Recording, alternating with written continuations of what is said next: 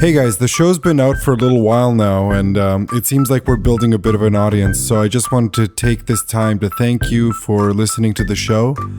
If you want to engage with the show even further, you can check us out on our various social media pages. We are at Schwartzy the Podcast on both Instagram and Facebook, and we are at Schwartzy Pod on Twitter. That's SCHWARTZY. The podcast. Enjoy Total Recall. Do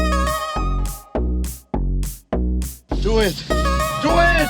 Come on! Kill me! I'm here! Come on! Do it now! Kill me! Schwartzy, the podcast. It's a Schwartzy show. Hello, everyone, and welcome to yet another episode of Schwartzy, the podcast, the Schwartzy show.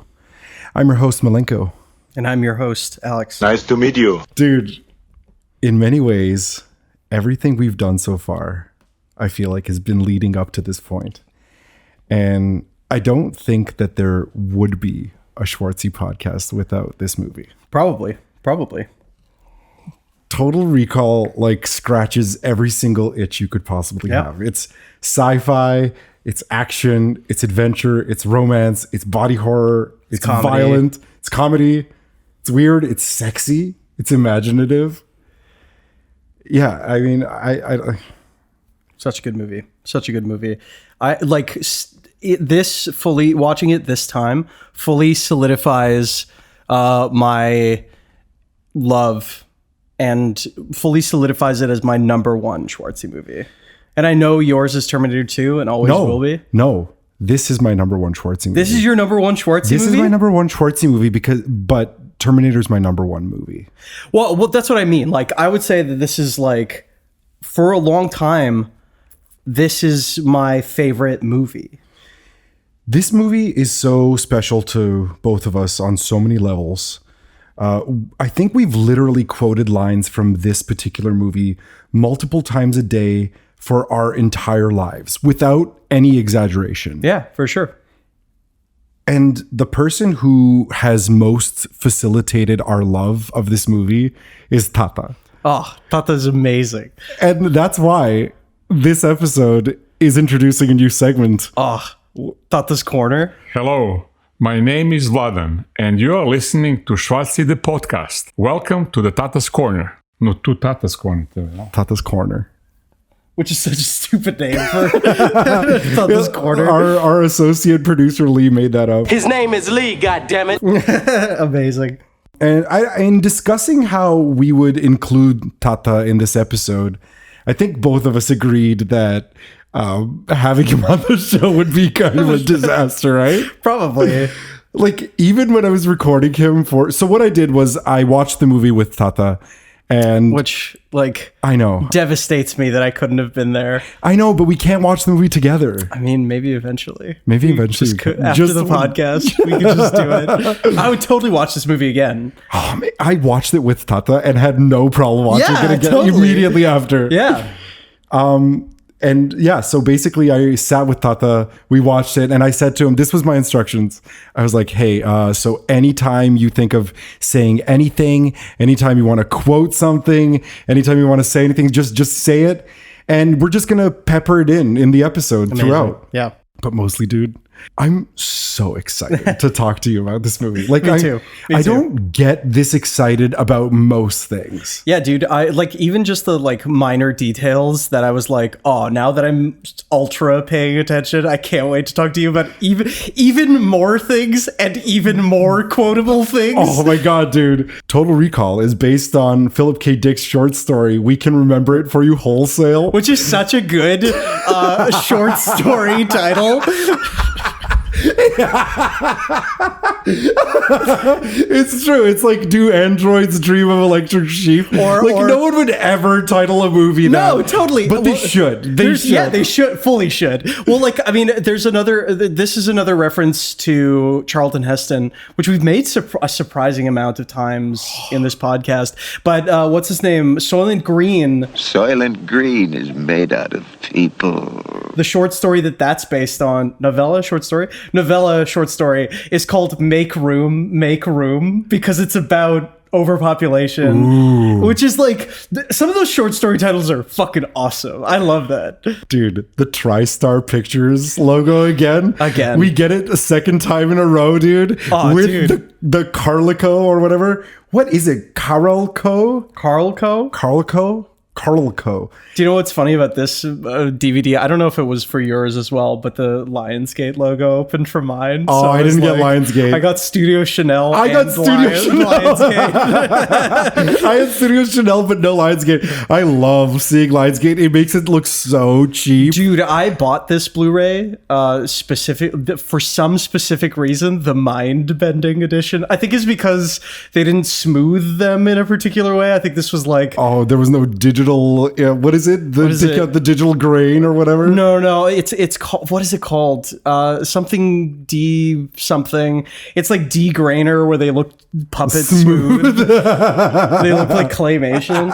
I hate it so much. Me too. Dude, the music when the Carlico logo...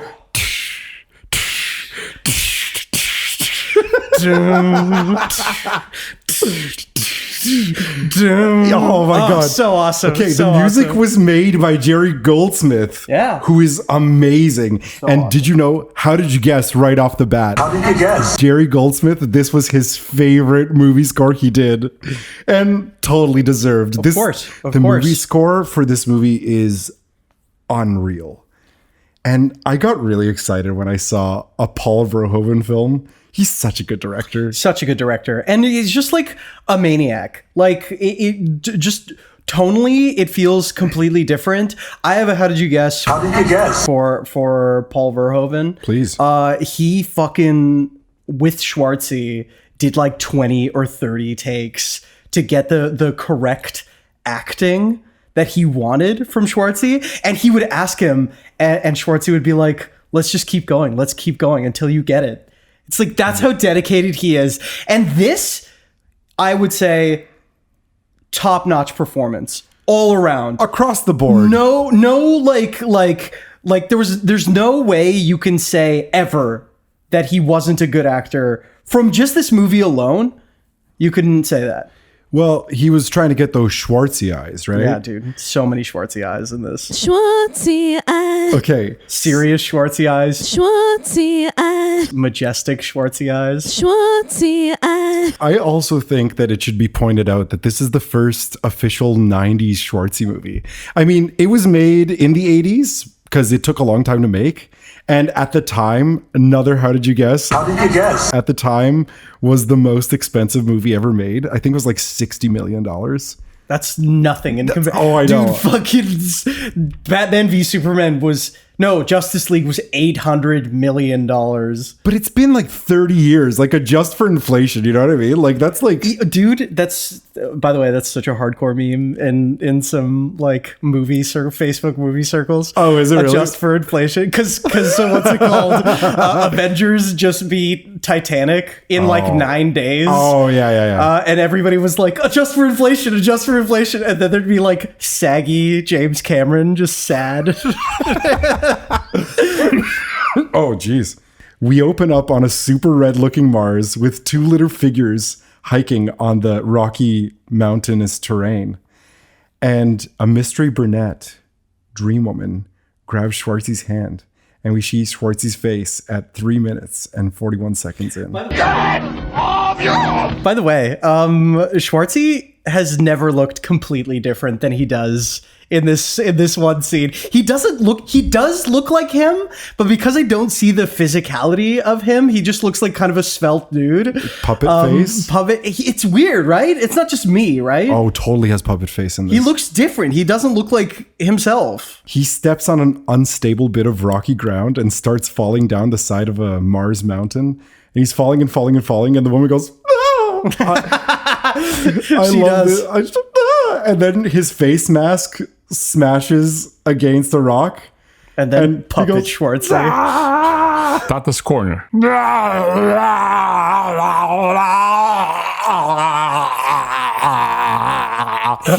The first time we see tongue and eyes pop out of his face, and then he wakes up.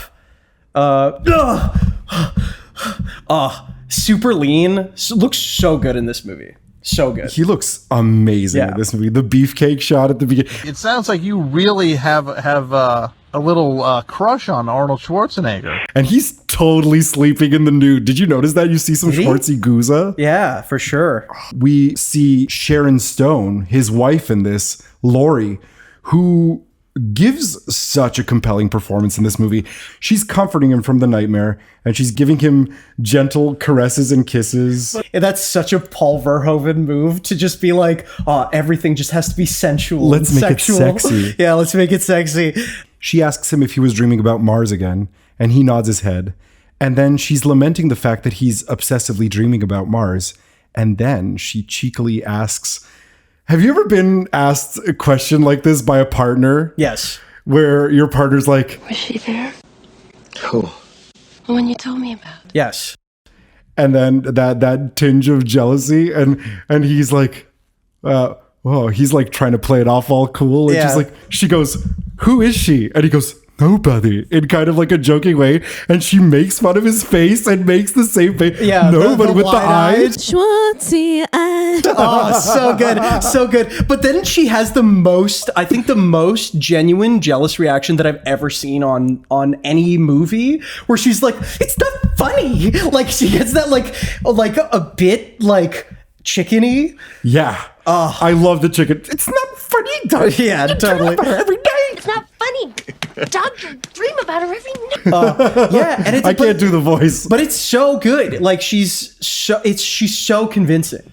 Yeah, I love it. And then he's like, but I'm always back in the morning. He's like being so playful. Not just that, but then at the end of the scene, he's like, come on, baby. You know you're the girl of my dreams. yeah, and it's like, come on, dude, you literally just dreamed another person. Well, I mean, I think, he can't control his dreams, Yeah, it's true. I don't know. Of course. Don't lie to the woman. Yeah. And then she says, I'll give you something to dream about, and unties her nightie, implying that they're going to have sex. And then he bends over and you see his gooza. Yeah. He's so naked in this. He's sleeping totally nude. Yeah. Tata's corner. Yeah, I think Schwartzy, this scene showed Schwartzy's sexuality, and as well as Sharon Stone. Yeah, Schwartzy is very sexy, So is Sharon Stone. I do that. Dude, I know you want to talk about the next scene where he's making the gross smoothie. The protein smoothie. Clearly he needs protein. Oh my God, he's all about his protes. Oh, dude, it looked like he was making some sort of nut thing. When he's making the gross smoothie, the news reporter is talking about a terrorist attack that's happened from the side of the rebels on Mars. And they're showing a shot of rebels attacking this mining base where they're mining a compound that's made up named tribinium. Tribinium ore, that's what they call it. It's so awesome. And the freedom fighters are called the Freedom Brigade. All of the names are so perfect for all of the things in the movie. Tribinium ore sounds like a real thing, as opposed to unobtainium from fucking Avatar. Yeah, I mean, and Freedom Brigade sounds like real life thing that yeah, where it's kind of crappy, they haven't really thought about. Yeah, they're it's just like a let's just call it Freedom Brigade. I don't know. Yeah. And you see the guys, the military guys, and they're like, get the fucking cameras out of here. Yeah, that was such a nice touch.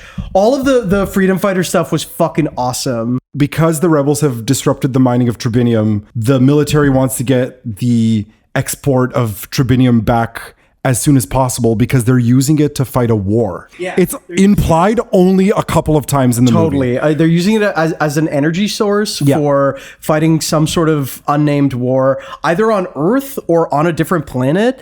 But then instantly, as Sharon Stone comes in and turns off the horrendous news happening on Mars to this beautiful the screensaver 3-panel giant screen, which was awesome. So good in HD. Holy shit. All of the graphics look let's watch that movie. I want to watch that movie. Yeah, and it's amazing because clearly they all have 4K televisions at this point.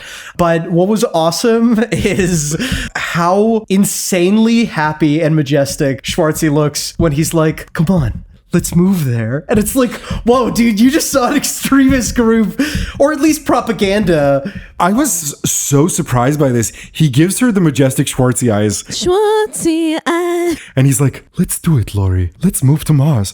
What? Move there? Like, go there for a vacation or something. Like, check it out. Move? I know. And that's the interesting thing about him, is that like clearly he's been dreaming of this for so long. She's like, what are you talking about? No, that's a terrible idea. And from what I would be as like a quote unquote normal person in that contest, seeing that kind of propaganda, I would feel the same way, you know? And then he turns the news back on again, and he's watching a Cohagen press conference, and he says that their entire war effort is based on tribinium. So he wants to keep the mining at full capacity, and he's not going to give up just because a couple of lazy mutants think they own the planet. Oh my God. I wrote that line down too. It was like, whoa, dude. Whoa. Lazy mutants? That sounds like the pipe. Change mutants with any other race, and you're just like, yeah. Take that out. You take the pipeline that's happening in Canada right now. Yeah. That's literally what's happening.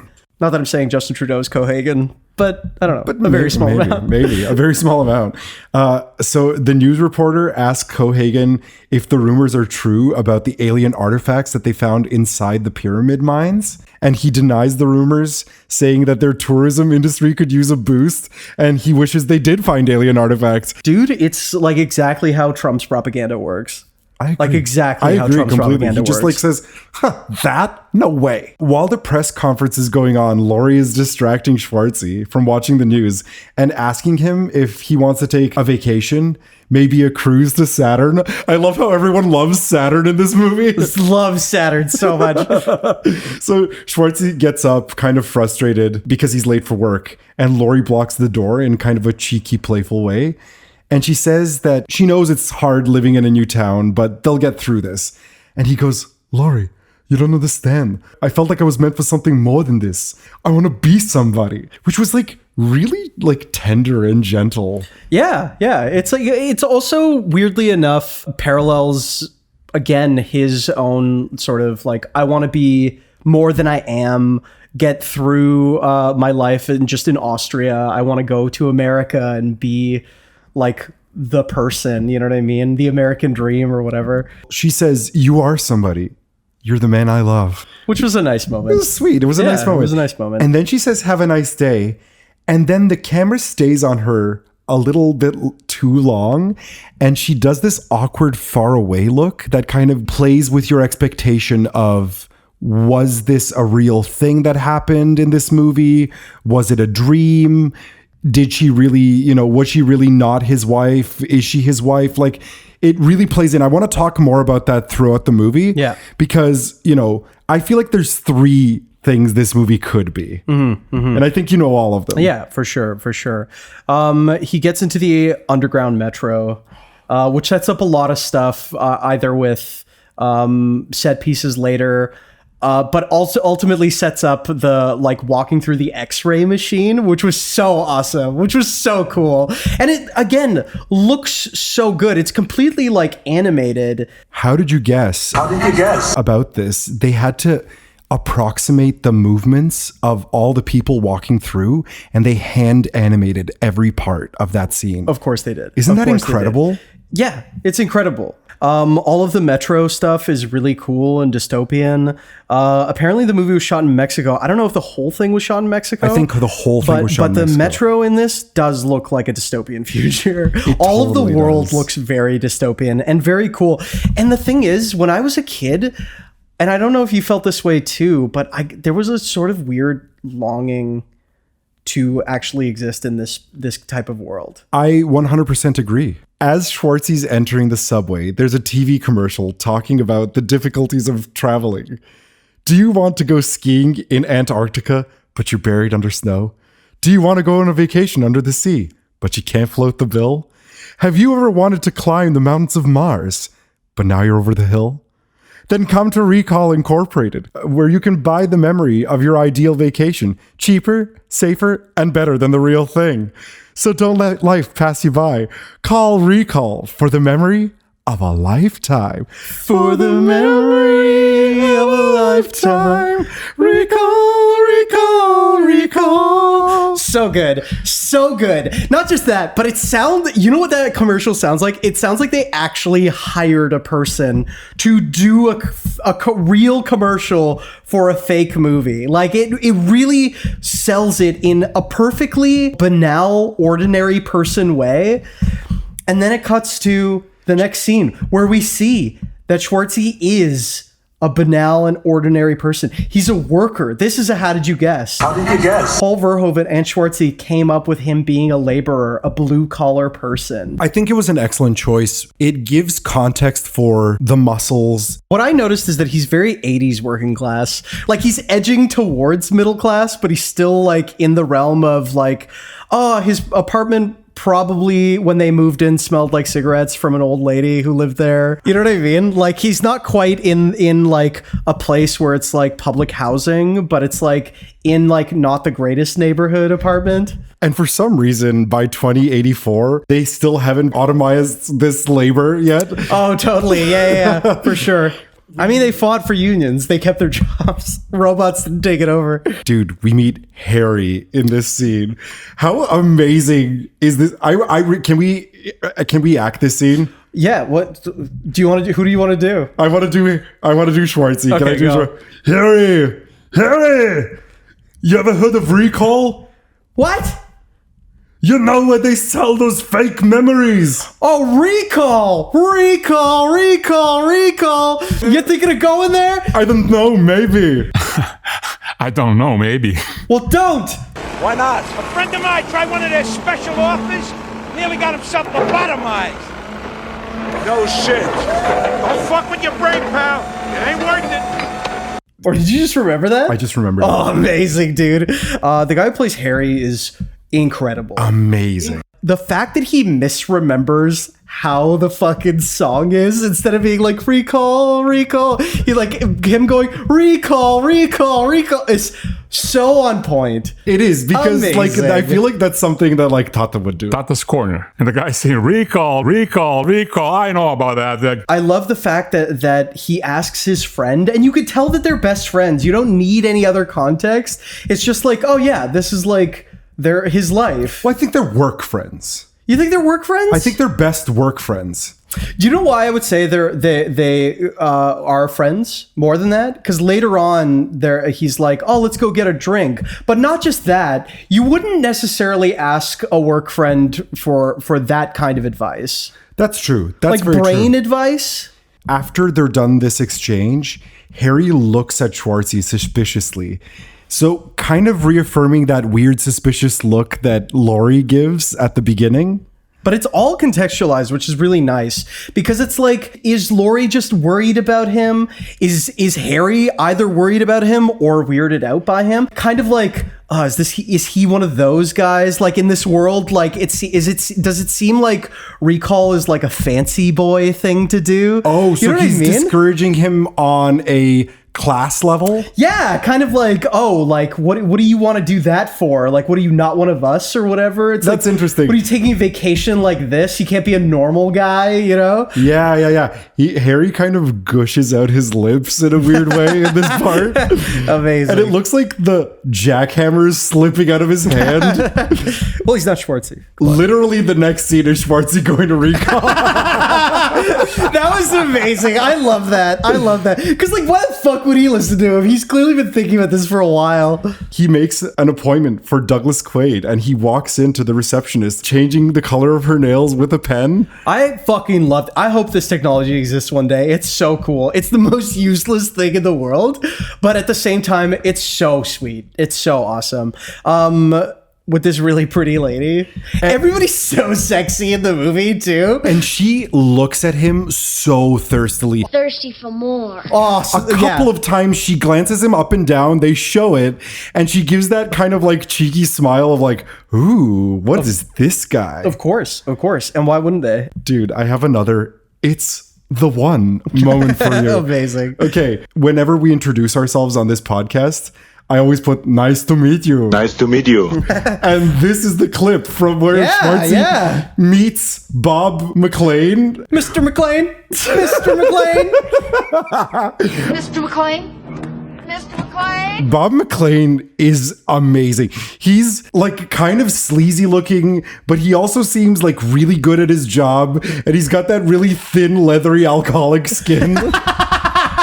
No, he had truly perfectly cast sleaze. And the fact that you mentioned that he is like really good at his job, he fully is good at his job. Like like that kind of salesman, but like not desperate salesman, not Glenn Ross salesman. No. Like salesman of I'm selling you something you want, like. Totally. And for a measly 300 credits, like shit like that, like smooth talking guy, where you're just like, God damn, like even I could see through this guy personally, but still I'd be like, well, maybe.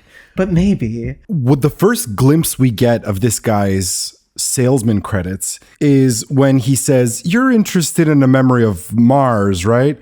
Listen, if outer space is your thing, why not Saturn?" Everybody raves about it. Oh, I love that. Are the cruises on Saturn mentioned several times? And Schwartzy, in a very Tata like direct move, is like, "No, I'm not interested in Saturn. I said Mars." Tata's corner. No, I'm not interested in Saturn. I said Mars. Okay, Mars it is. And this package is worth about $8.99 credits. Okay. This is where Tata for me exploded in my mind. Not just Tata, but every sort of old man of a certain, but specifically Tata. He basically upsells him to what's called an ego trip. Right. He says, what's the same in every trip that you take? And he says, it's you. You're the same. Why not take a trip as somebody else? And that's amazing. And they're called ego trips, which is such a perfect name. It's amazing. And Schwartzy's a little bit apprehensive about this whole process because he's like, Tata's corner. What about the guy who got lobotomized? Is he gonna get refund? He's like, you're talking ancient history. Look at these statistics. But he just like puts it on the screen. He has it ready. Yeah, totally. And he says the brain won't know the difference. And he's like, come on, don't bullshit me. Which is so awesome. But this is what I wanted to say about Tata, because I think Tata would exactly go for this. When he gives him the list of things and he points to secret agent, I was like, Tata would totally go for secret agent. Of course, like Doug chooses like to be a secret agent, and he asks, how much does it cost? Next scene, Schwartzy's descending into a halo of computer chips and flashing lights. And I guess it's some sort of scanner that puts memories in your brain. I don't know, but it doesn't matter. So cool. It looks so cool. Yeah. He's got the biggest innocent smile on his face. Such an innocent smile. And there's this nerdy lab assistant with glasses that looks like the wiener kid that plays the Wizard Master in Freddy Part 3. I'm the Wizard Master. He fully does. Dream Warriors. We're the Dream Warriors.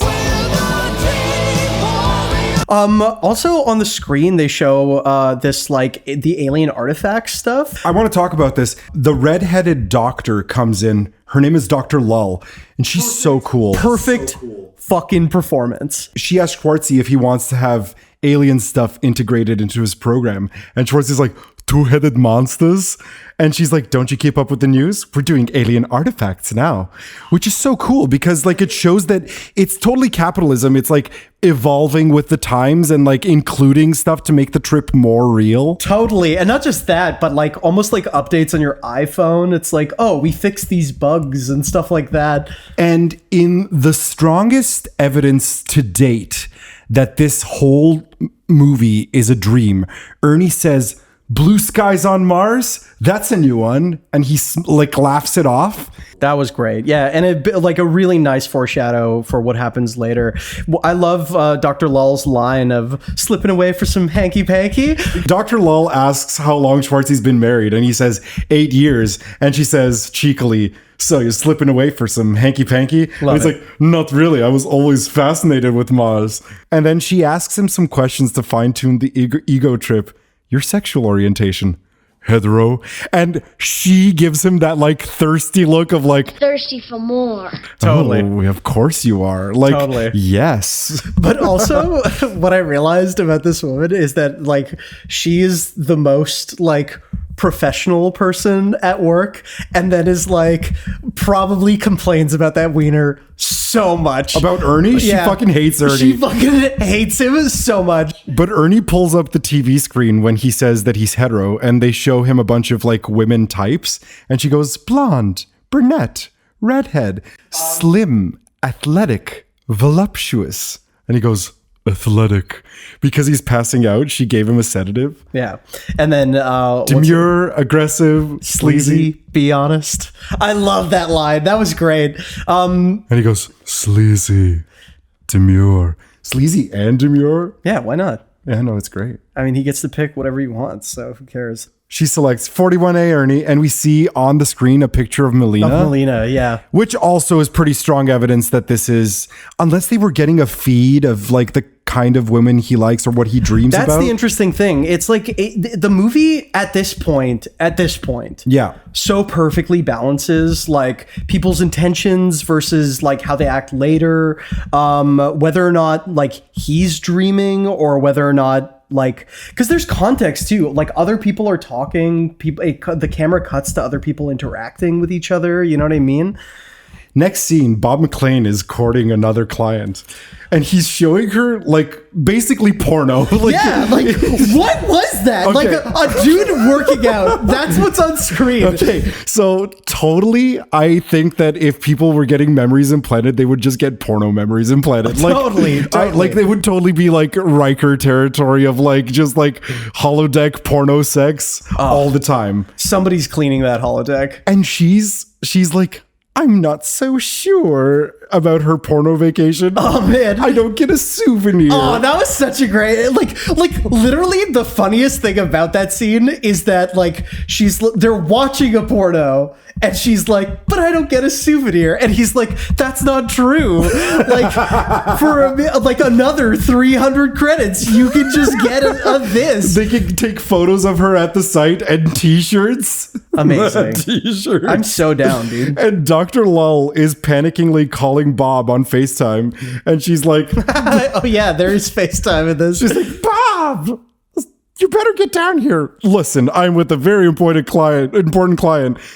It looks like we have another schizoid embolism. Oh, why would you say that? Why would you say? Clearly, you shouldn't say that when another client is there. And to the receptionist, Bob goes, don't let her leave. Oh. Bob McLean enters the lab where Schwartzy's freaking out, and he goes, get off ya! Get off ya! So awesome. The most mad Schwartzy's ever gotten. And so scary, dude. If a muscle-bound dude like that was screaming like that, it would be so scary. And he's freaking out violently, but he's in a restrained seating position, and he kicks off Ernie into the corner, and Bob is pissed. He's like, you can't do a simple double implant. And she's like, it's not my fault. We hit a memory cap. And he goes, they'll be here any minute. They'll kill you all. They'll be here any minute.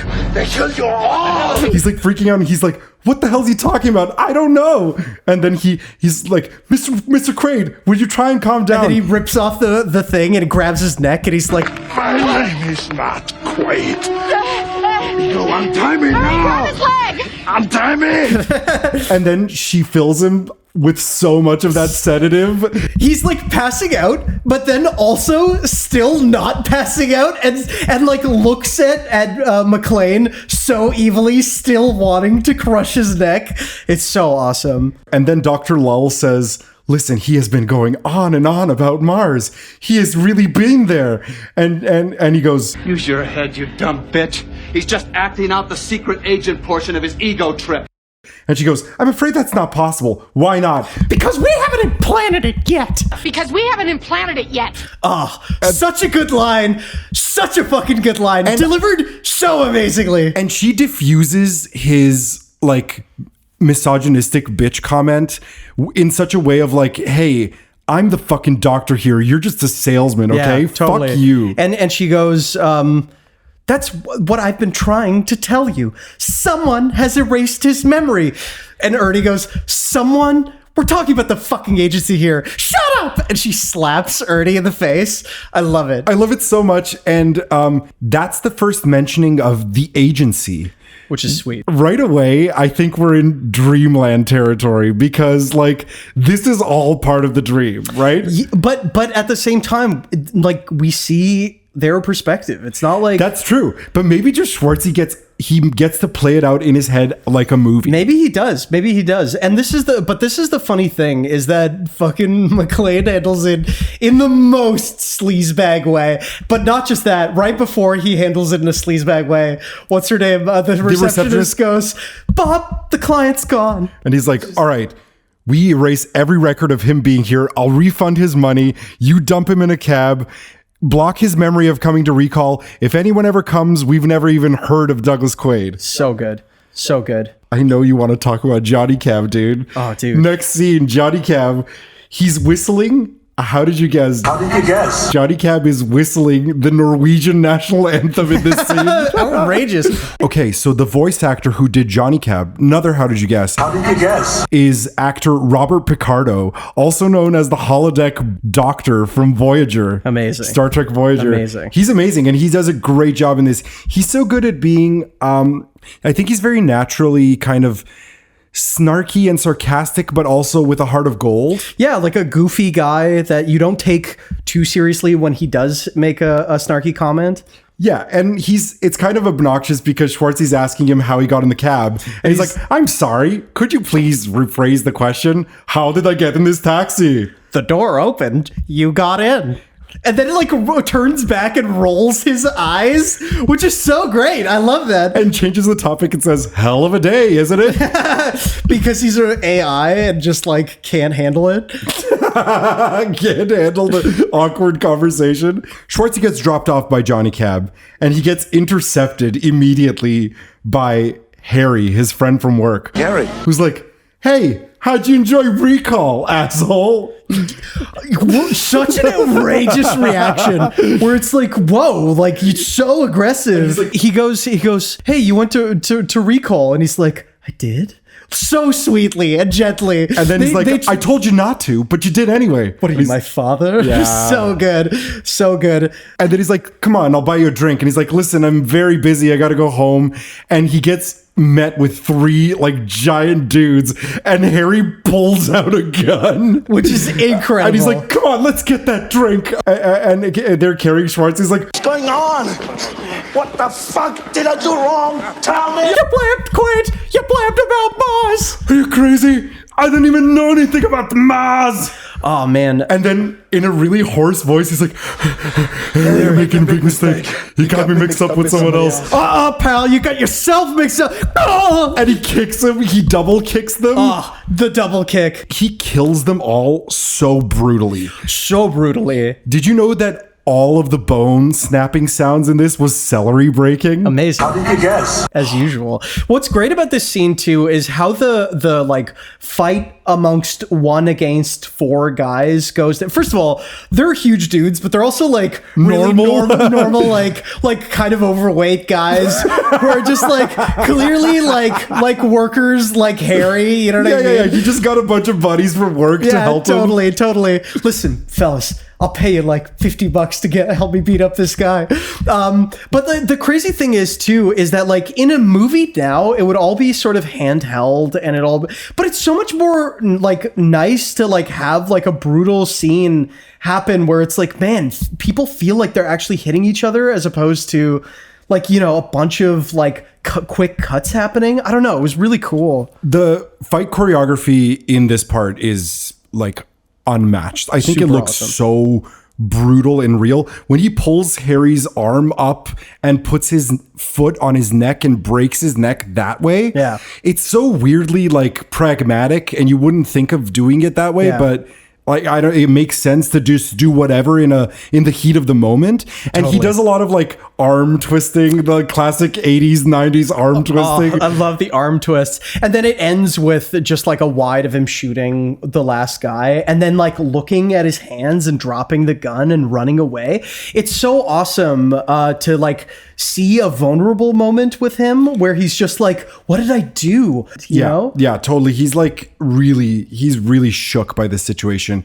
And in the next scene, we see Sharon Stone at home working on her tennis serve with the hologram program. Using her hologram Wii program. And I also really like how the hologram is kind of crappy, as though that's new technology that's like just being built and like kind of crappy still, but works really well. So Quaid comes home in a panic. He shuts the door, shuts off all the lights, close all the blinds, and he tells Laurie that some men just tried to kill me. Yeah. And Muggers? He says, no, there was spies or something. And Harry from work was like, get down. Harry from work, he was the boss. No, but it's like... The boss? He was the boss. I love that. He uses like video game lingo. Totally. But the movie is structured kind of like a video game. And he's like, well, I went to recall after work. And she's like, you went to those brain butchers? I love that line. What did they do to you? Tell me. And he's like, no, forget about recall. And she's like, Doug, nobody tried to kill you. She's like annoyed at this point. Yeah. And he's like, they did, but I killed them. Dem. Dem. He so says dem. And then he shows her his hands and he says, you call this a delusion? Yeah, the blood on his hands. And she's like, honey, I'm going to call a doctor. Don't call anybody. And he goes to the washroom to wash off the blood. She goes to the phone and FaceTimes Richter. She FaceTimes Richter and he goes, hello. In the most stern way. Every time I answer the phone when you call me, I go, hello. Yeah. That Every day we make Thirsty for more. And Schwartzy washes his hands from the blood and then looks in the mirror dramatically and comes out. And this was always such a weird thing for me because he opens the door and somebody is shooting at him.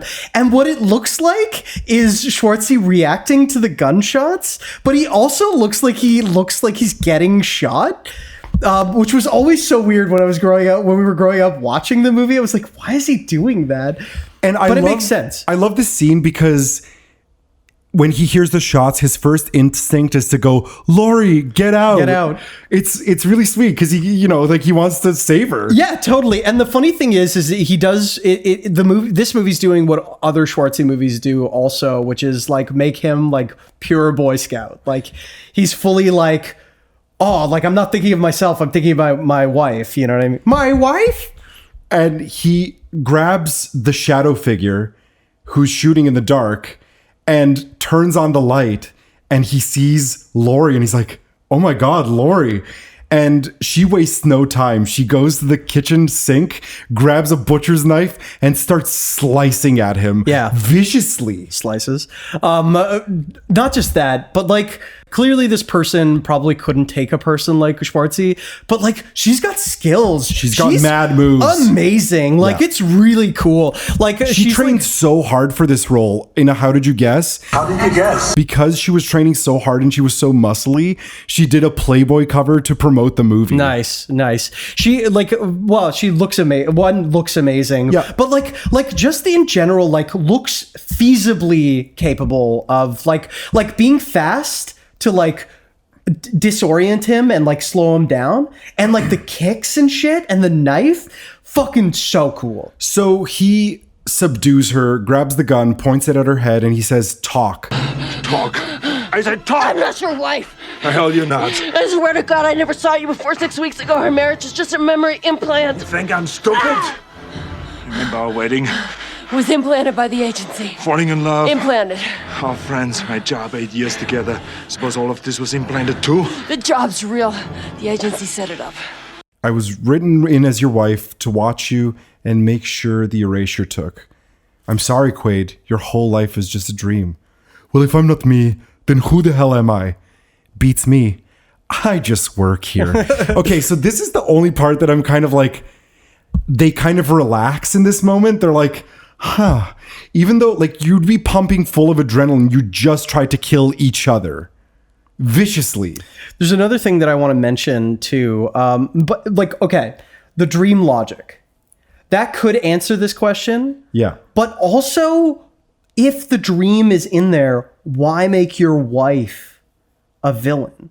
Like the interesting thing about the movie is that like if they implanted the memory into him, this you can't tell that this is not a real memory. I was going to say that too. I think maybe that it's like deep seated. Like you can tell from their first interaction, if we're to believe that they're a legitimate couple and that this isn't a dream, you can tell from their first interaction that their relationship has problems. So maybe him killing his wife is kind of like a wish fulfillment of not necessarily killing her, obviously, but just not having her in his life anymore. Part of the ego trip. Yeah, it's part of the ego trip. Yeah. Anyway, we can get to that. But she does this really subtle move where she glances over at the view screen to the side and sees video footage of the lobby where Richter and his gang are coming up to meet with Laurie.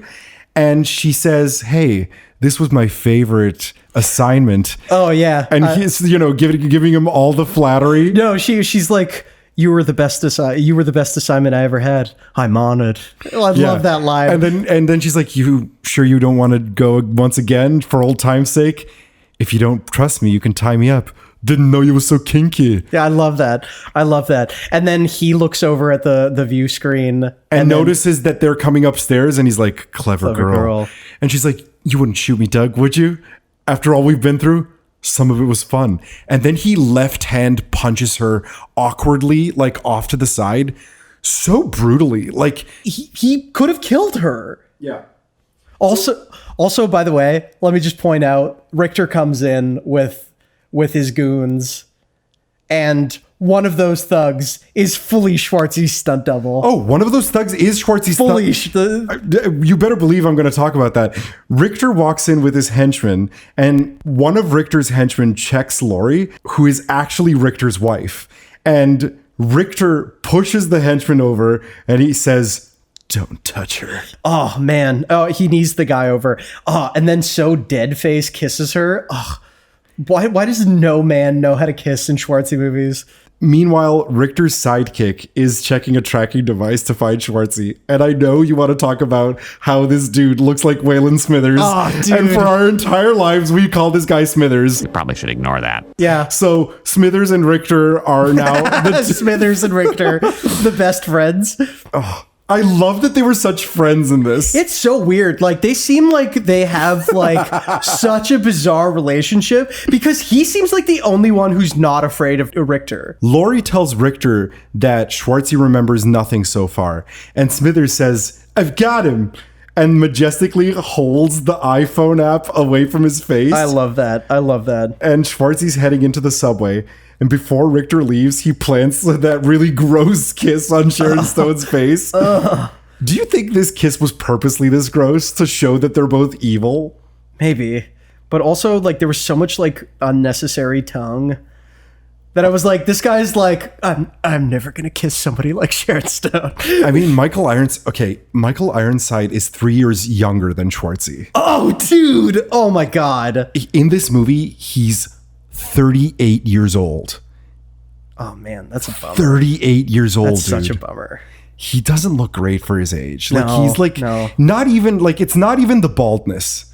No, He's got some pretty cool balding. No, he's got terrible balding. No, he's the got wisps on top. Oh, no. I love the wisps. Dude, the physicality of Michael Ironside's performance is amazing. He so embodies... Okay, I have very hesitant ways about this term, but like peak fucking bootlicker in this movie. Not only is he just like a piece of shit and like fully is like the kind of Nazi fascist who would be like, I was just doing my job. That kind of piece of shit. Where it's like, I know I'm doing something wrong, but fuck this, I don't give a shit. Like, such a goddamn piece of shit. Yeah, he's like really, really... You know that this was supposed to be played by Kurtwood Smith? How did you guess? This role? I do. I was actually going to say that too. Kurtwood Smith, both Kurtwood Smith from another Paul Verhoeven movie and Robert Davi rejected doing this role, who was in Raw Deal, another Schwartzy movie. Yeah. I think Kurtwood Smith rejected it because it was too similar to his role in RoboCop. And let's be honest, Robert Davi couldn't pull off this performance. Robert Davi's a good actor, and he would have been amazing in a role like this, but he just doesn't have the realness. The realness. Robert Davi is like B movie. This is like A movie. Michael Ironside, the physicality of Michael Ironside, his face. I want to talk so much about Michael Ironside's performance because I think he like really hits it out of the park in this role. Yeah, dude. Richter's running downstairs and he jumps 3 steps down in kind of a really crappy way. I don't know if you noticed that little jump. Yeah. And Schwartzy's running down through the X-ray scanner and the buzzer goes off or whatever. That was so cool. The way they made the gun red and everybody else green, and everybody is like running to the other side of the scanner, and then they're like the other guys are running through the other end of the scanner, and then Schwartzy makes the amazing decision to jump through the front of the X-ray machine and breaking the glass. But what was hilarious about him escaping is that the like guards don't really do anything. They just kind of are like stunned by the fact that he jumped through the thing. I noticed that too. I was like, why did the guards just stop chasing him? But anyway, it doesn't matter. Because it's a movie. Yeah, dream logic. We can explain everything away as a dream. Totally. If this movie is all a dream. And they chase him to an escalator where he uses a guy as a human shield. And there's an onslaught of bullets. And he kills all of the henchmen at the top, including... Schwartzy's stunt double? Billy D. Lucas. It's the guy who iconically says, "I'll see you in hell." And he's the motorcycle guy from Twins. Oh, amazing. And he gets shot. And they do some amazing sound design when Richter steps on the body of this guy. And there's like a gushy blood sound that goes like... Also, let's talk about one of the stars of this movie, Squibs. So many Squibs. And they look better than anything. No, if with the kinds of future guns they have, like the bloodiness that the kind of like flesh damage that happens of like chunks. Yeah, jelly. So much jelly in this movie. Oh my god. Jelly. So after that happened, the body was just a purely mess. Okay. And I noticed also in this scene that both Richter and Smithers kind of run really weird. Schwartzy runs we get more of that Schwartzy running. I love Schwartzy running. And then when he's so like amazingly and skillfully runs towards the train and breaks the window and jumps in. I loved watching this because it reminded me of when we were kids and we paused it once and noticed the stunt double that Schwartzy had. He's making a really squishy face. Such a squishy face when he jumps in, and it was totally by accident. And this is like another one of those scenes where it's like one of the first times I ever noticed like, what's weird about this? What's like, this is a movie. This is how movies are made. You know what I mean? I mean, that squishy face is so justified for a crazy stunt like that. Totally. Jumping into a moving subway. Also, a really neat like character moment is when the train goes away and Richter yells out of like just sheer anger. I love, and there's the echo. Yeah. And it's like, man, dude, like what a weirdly specific character quirk. He's so frustrated. But it gives so much depth and pathos to him because he's like, oh, this guy fucks my girlfriend. And like this, like that's the kind of like weird misogyny that like is in the movie where it's like people seem like they like these pieces of shit like feel like they own women like that. We'll talk about that more about that later. Shout out to the background actor who looks like our grandfather, Jedo.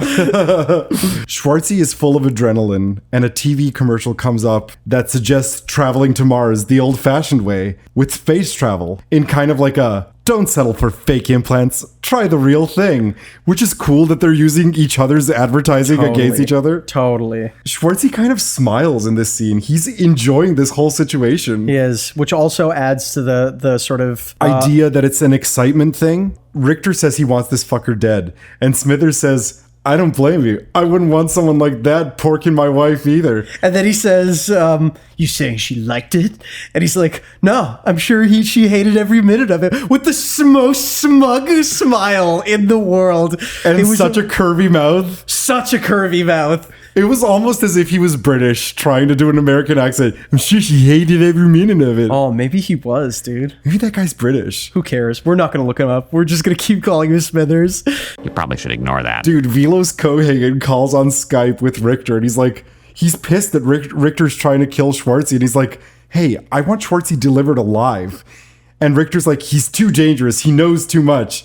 But Laurie told Cohagen that Quaid couldn't remember jack shit. And he's like, that's in an hour. In an hour, he could have total recall. Says the title of the movie. Two things about this scene. One, we're introduced to one boss, and then we're introduced to the second boss. The boss of the boss? Oh, the boss of the boss. But not just that, like in video, same thing with the video game logic. The second thing is when Smithers gets a hold of where Schwartzy is, he says he's on the second level, the Galleria. And I was like, the Galleria? From Terminator 2? Totally. The Galleria? I thought you were going to say that too. Like, I didn't even catch that. Thank you so much for mentioning it. He goes, second level Galleria. And I was like, oh, so 80s had so many Gallerias. And while Richter is talking to Cohagen, he doesn't like what Cohagen's telling him about keeping Quaid alive. So he starts muffling the signal with a little dial, and he goes, I've got sunspots. And he goes, Richter, call me back. I'm losing you. And shuts it off.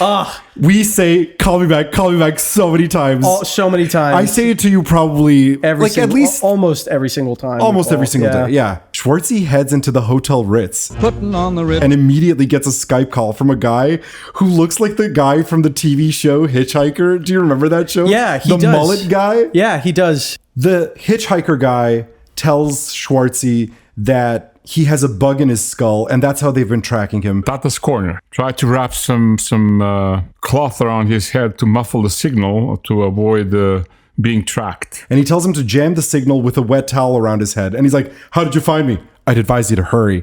Oh, it's so good. I love it. It's such a cool look. I bet they storyboarded this movie before they had an explanation for this. They storyboarded the entire movie. In fact, how did you guess? How did you guess? For this is that Paul Verhoeven says because of the storyboarding, it forced him to have a more stilted style than usually. He's got a more loose, more like, not improvisational, but sort of way looser on set, let's feel it out. But not just that, Schwartzy, his performance and him as a character forced him to have a lighter style throughout the movie, as in funnier and nicer, you know? And it is kind of like a nicer movie than a lot of other Paul Verhoeven movies. Like a lot of other Paul Verhoeven movies are a little more cold. And mean. Yeah, mean, definitely. So we cut to Smithers, who says, I lost him. And Richter says, well, find him. I love it. I love the find him. And we cut back to the mystery Skype phone call where the guy from Hitchhiker says, look out the window. Do you see me down here? And he's at a payphone. And Schwartzy goes, mm-hmm. This is the suitcase you gave me. I gave you? I thought you were going to say it with me. I gave you? And then he's like, I'm going to leave this here for you. And he's like, wait, who are you? We were buddies in the agency back on Mars. What was I doing on Mars? And then the guy hands I love the sounds. Whenever Schwartzy makes sounds, it's so expressive. It's so expressive, and it feels very natural. It feels like this is how he makes sounds. I know you want to talk about the random old woman who's walking by the suitcase. Spots this suitcase. Talk about old. You know when old people try and get away with things? She's so indignant. She's like. Go find your own bag. I didn't see your name on it. Yeah. And he's trying to be so polite to this woman who's such an asshole. And he says, excuse me, man, but I need it. And she goes, fuck you, you asshole. And then he turns around and bows. Oh, dude, Tata talked about the bowing and loved it so much. Oh, my God. I love the bowing. Tata would do something like that. Tata's corner. I love this scene when he came down to take that suitcase, and then some old lady came by and then took it, and he said, no, you can't take it, this is mine. Is there a name on it, your name on it? no, but this is mine. And then he grabbed it from her and left. And she said like, fuck you, you asshole. Then he bowed to her. Schwartzy gets into another Johnny cab and panickingly he's like, Drive! Would you please repeat the destination? Oh, anywhere, just go! Please state a street and number. Shit! I'm not familiar with that address. Would you please repeat the destination? and then he rips him out of the seat. He rips the robot out And he goes, nah! and he joysticks the electric car. Amazing. I love the joystick. I love the electric car. I love spinning in circles. And I love how Richter is shooting with Smithers at the car. And I love the fact that Richter mentions, he's like, he's got to be around here somewhere. And he sees him. And That guy over there. Yeah, and Schwartzy does a double take. So awesome. I love that. Schwartzy arrives at this abandoned cement factory. And Johnny Cab says, it's 18 credits, please. And Schwartzy goes, sue me, you dickhead. And then he goes, nah! And like crashes into the wall. I guess it's a deterrent for people they destroy presumably $thousands electric vehicle to like stop someone from not paying 18 credits. And all of a sudden they start like, burning and exploding and accelerating towards him, obviously programmed to kill someone who didn't pay. You know what, though? He might just be malfunctioning because he ripped him out of the fucking thing. That's a good point. He ripped the machine out. And then when he's on fire, Johnny Cab goes, we hope you enjoyed the ride. Schwartzy arrives and opens up his suitcase and he sees all the goodies inside. And he's got a hologram watch, which he tests out. And first he thinks it's a guy, but it's really just a hologram. It's a sweet hologram watch. And then he pulls out his Monopoly money. And he pulls out his MacBook Pro. and Schwartzy is already on the screen, but it's not the same Schwartzy. This is Hauser. And he's like, howdy, stranger. I love this because he so perfectly balances his sort of villainry with like being a nice guy. Because this performance, I'll tell you this, and I'll see if you agree with me. This is his most American performance. Like that on screen is how an American acts. I agree. And I think the sheer range of his performance, Hauser is different than Quaid is. Yeah. Quaid is more sort of cautious, tenuous. He's a little more serious. He's not as funny. And Hauser... He's like of a certain class. And Hauser is upper class. Right. And so Hauser's way more lackadaisical, way more like easygoing. Well, he has the line, if things have gone wrong, I'm talking to myself and you've got a towel wrapped around your head, which is such a weird line to give to a person with such a thick accent. But he pulls it off so well. And he says, you are not you, you're me. And he goes, no shit. You're me. No shit. Amazing. To himself.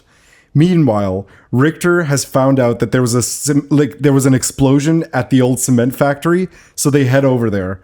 Hauser explains that all his life he's worked for Mars Intelligence. Yeah, I've been playing for the wrong team. Yeah, I did Cohagen's dirty work, but a couple weeks ago I met somebody and they showed me that I've been playing for the wrong team. Right. That's Melina. And then he pulls out, he tells Schwartzy to pull out the thing that'll take the bug out of his head. And he says, when you put it up your nose, shove real hard. When you hear the crunch, you're there. I love the line that he says so gleefully. He goes, be careful. It's my head too.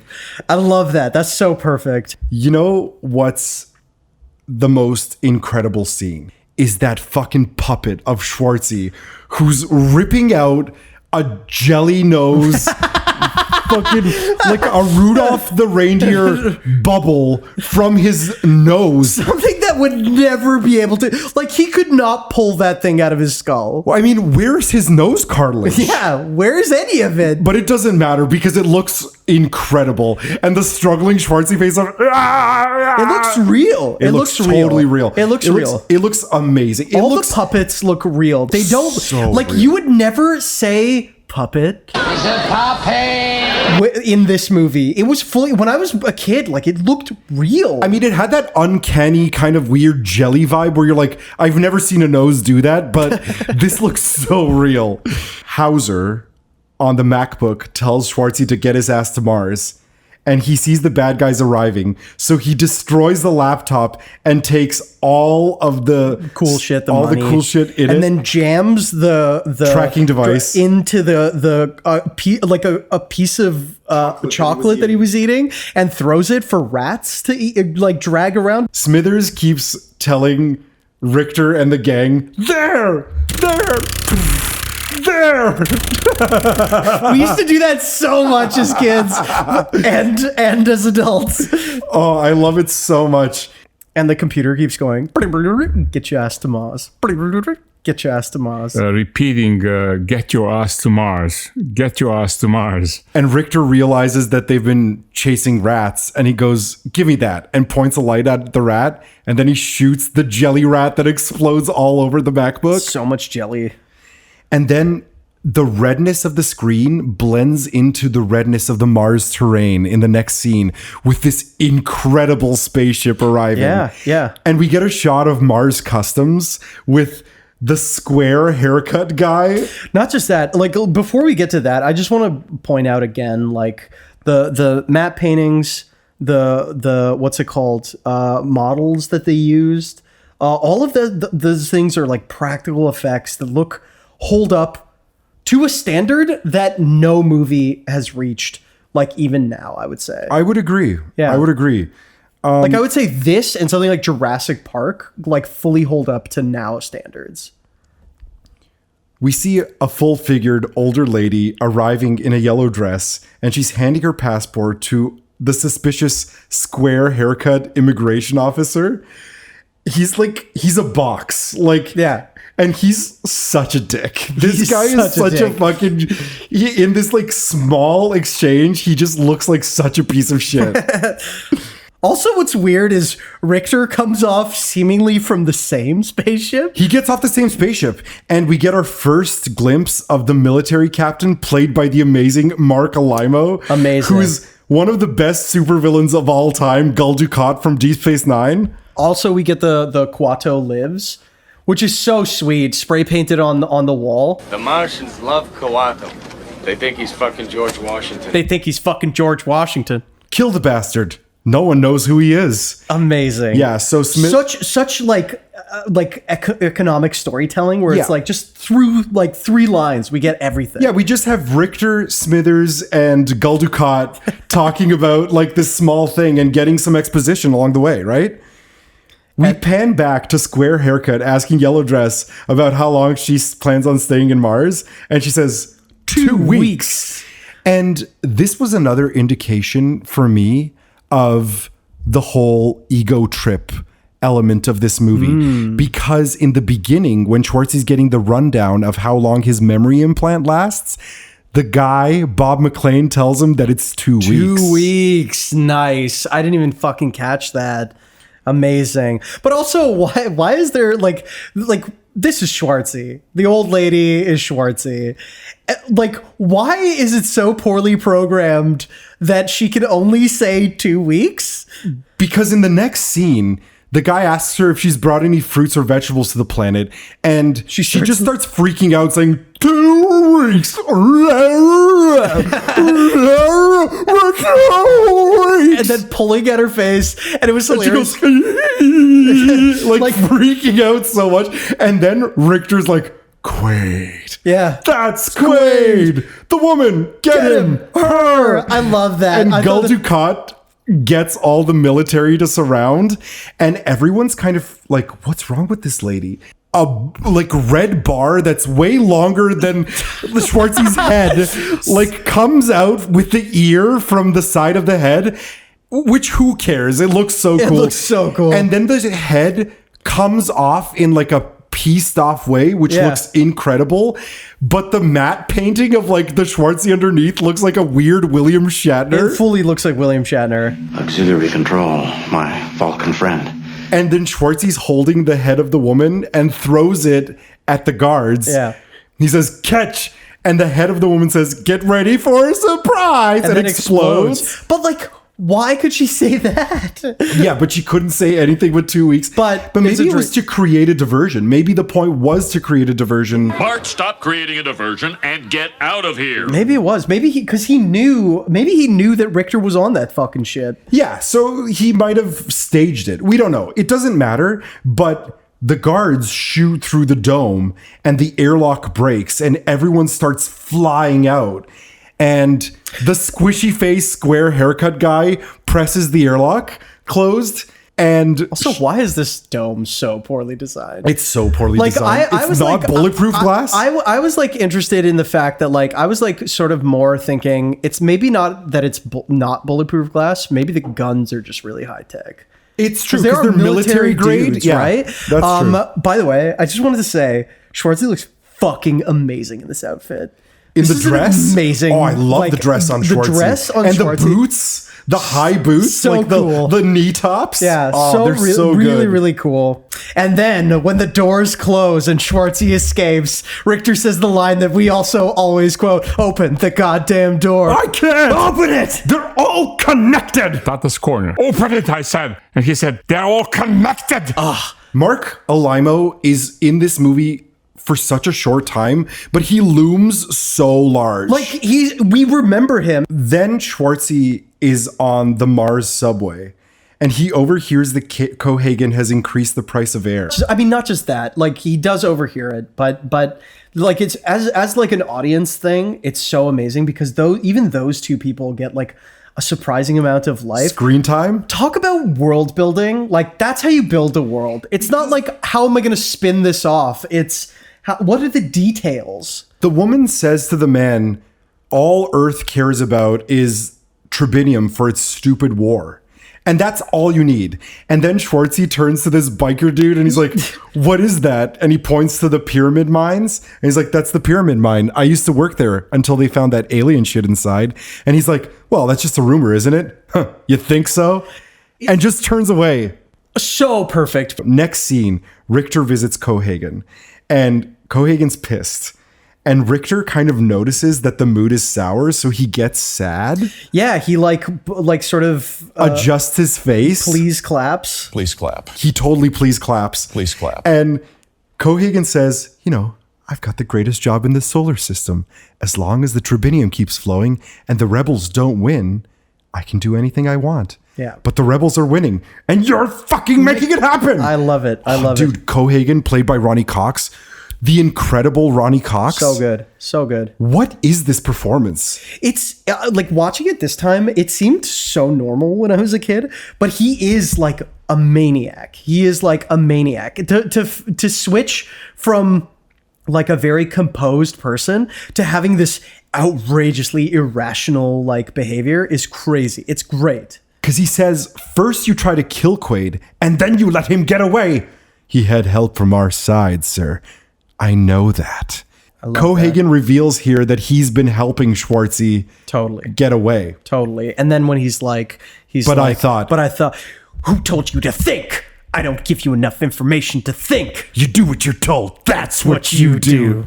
Tata's corner. Who told you to think? I don't give you enough information to think. You do what you're told. That's what you do. And it's so great. And the something that I noticed in this scene, which I had never noticed, which actually prompted the sort of bootlicker idea, which is Cohagen walks into frame at the desk and points to the seat, just points to the seat at the table, and then power moves to the other side of the table. I was like, holy fuck. Cohagen tells Richter his plan to keep Psychic Quado from getting into Quaid's head. And then he asks Richter, "Do you think you can play along with this plan?" And he goes, "Yes, sir. Good. Because otherwise I'll erase your ass." Richter has the most shit-eating grin before he says, "I'll erase your ass." And he wipes it right off his face when he says it. I know. It's amazing. It's Next amazing. scene is that amazing cabbie who gets so much screen time. He's like this desperate kind of hippie dude who's like, "Hey, man, you want to come to my cab?" I got magazines. I got whiskey. That dude's clearly been drinking on the job. This is something interesting that was pointed out to me. On Earth, they have Johnny cabs, and on Mars, they have real cabbies. That was so fascinating. That automation hasn't come to Mars yet. Yeah, for sure, for sure. We get our first glimpse of Benny, who also is trying to get Schwartzy as a cab fare. But Schwartzy's having none of it. He walks into the Hilton Hotel, past some people having a fancy meal with a beautiful nighttime backdrop of Mars in the background. Yeah, advertising Hilton and Pepsi. So much Pepsi advertising. Did you know? How did you guess? How did you guess? On Earth, all the advertising is Coke. On Mars, all the advertising... I did notice that. Oh, man, that's amazing. And then he comes up to this Slavko-looking guy. Oh, the guy's so Slavko. And he heads to the reception desk and he's like, Mr. Brubaker, do you want the same room you had before? Because I guess he has a fake ID. And he's like, it seems you have something in our safety deposit box. Could you get it for me, please? And he gets him the safety deposit box. And all it is a piece of paper, which is a flyer for a place called The Last Resort, which is a sleazy bar in Venusville, which is, I guess, the red light district of Mars. For sure. And on the back of this flyer, it says, for a good time, ask for Melina. And then he says, could I borrow your pen, please? And takes a Sharpie and he writes out Melina, and it's the same handwriting. It's revealed that this was written by him. That's great. That's a really interesting way of making, like, him finding looking visually, him finding clues about what he has to do next. It's almost like a point and click adventure game. Schwartzy heads to Venusville and he gets intercepted by Benny, who asks if he needs a cab. And Schwartzy says, well, what's wrong with this one? Talking about the other guy who originally asked him. Guy? Yeah. And he's like, hey man, he ain't got 5 kids to feed. The guy gets pissed off. He's like, hey asshole, that's my fare. Damn you, Benny. I love the damn you, Benny. And then there's an explosion. And Benny's like, welcome to Mars, man. I loved that because it was like, yeah, this happens every day here. This is how terrorism foments in like toxic ways, where it's like when people don't get what they need, they fucking start blowing shit up. Well, and the level of normalcy, like, it happens all the time. All the time, yeah. I mean, I will say, like, Benny as just a character, as that actor, I don't know his name, but such a fucking charming character, such a charming dude. I love his like amazing all gold teeth, all gold, and just he's so like, awesome. He's just so happy and fun, and you can tell that, you know, he's used to this job of like he's gotta also sell his personality. Yeah, totally hustle. And then when Schwartzy asks, "What do the rebels want?" and he's like, all the usual, more money, more freedom, more air. I love it so much. The more air just like fully like puts a point on puts it. a point on it where it's like, this is what they want. This is what they deserve. You know what I mean? And the amazing reaction of like when Schwartzy says he's going to Venusville, he's like, you're getting off to an early start. I wrote that too. He's so excited for him. I love it. I love it. They drive past those cool large drilling machines that are meant to mine the tribinium. Tribinium, yeah. Which is a cool design because they seem impractical, but like on Mars, would they be practical? So many eyebrows. Benny also asks him, you ever been to Mars before? And he's like, no. I mean, yes. I don't know. But like, he's like, maybe. And then he's like, damn, man don't know if he's been to Mars or not. Benny's performance is so fucking good. The gushy face guy walks up. So many gushy face people. There's so many gushy face people. But one of the gushy faces walks up to Schwartzy and he's like, do you want to know the future? And he goes, what about the past? Thirsty for more. I made a stupid joke to someone recently at a store. Someone said, would you like to try some wine? And I said, what about some food? But fully knowing that he wouldn't understand the reference. Of course not. Like, who would understand that obscure reference about Schwartzy? Thirsty for more. After he passes the first gushy face, this woman who has half a gushy face walks up to him in kind of like a really threatening, scary way. She's like, read your palm, your mind, your aura. Probe the secrets of your heart. I love that line. And then when her daughter who's also a half gushy face, she walks up to him, I bet I can guess your birthday. And he goes, what is it? You're a Taurus, right? And another, it's the one, this is our how did you guess segment because he responds to the girl saying, how did you guess? That's true. That's true. I thought you were gonna say what's it called first, where you used to say you're on Taurus. Yeah, the misheard lyrics. Yeah, I totally misheard lyrics for her saying you're on Taurus, right? You're on Taurus, right? How did you guess? I was like, that's not his birthday. What's on Taurus? I didn't know about also, the astrological signs. Tata's corner, and a couple individuals with some disfigured faces, a brain being from inside out. He asks Benny, what happened to all these mutants? Why are they all psychics? And he goes, freaks, man, cheap domes. There was no clean air to filter out the rays. And so like now they become just like total mutants. Yeah, and that's what they live off of. And they have to live in this Venusville area, which is considered like a slummier area, I guess. Yeah, for sure. And then Benny takes Schwartzy to the last resort and he's like, hey, are you sure you want to go here, man? There's so many better places. The girls are cleaner. The liquor ain't watered down. Sure. And you get kickbacks. I love that. And he goes, hey, man, I've got 5 kids to feed. And Schwartzy hands him a stack of dollars of Monopoly money. And he's like, take him to the dentist. Hey, thanks, mister. You just take your time. Benny's the name. Benny. I love Benny's so the name. Good. Benny. So good. But the great thing about it makes sense that it would be Venusville because men are from Mars. Women are from Venus. Yeah, right? yeah. Oh, interesting. I never thought of that. That's the joke. But I love the line of and you get kickbacks because that's again weird minor details like that like as a kid you wouldn't like get to. Can we talk about when he walks into Venusville and it's like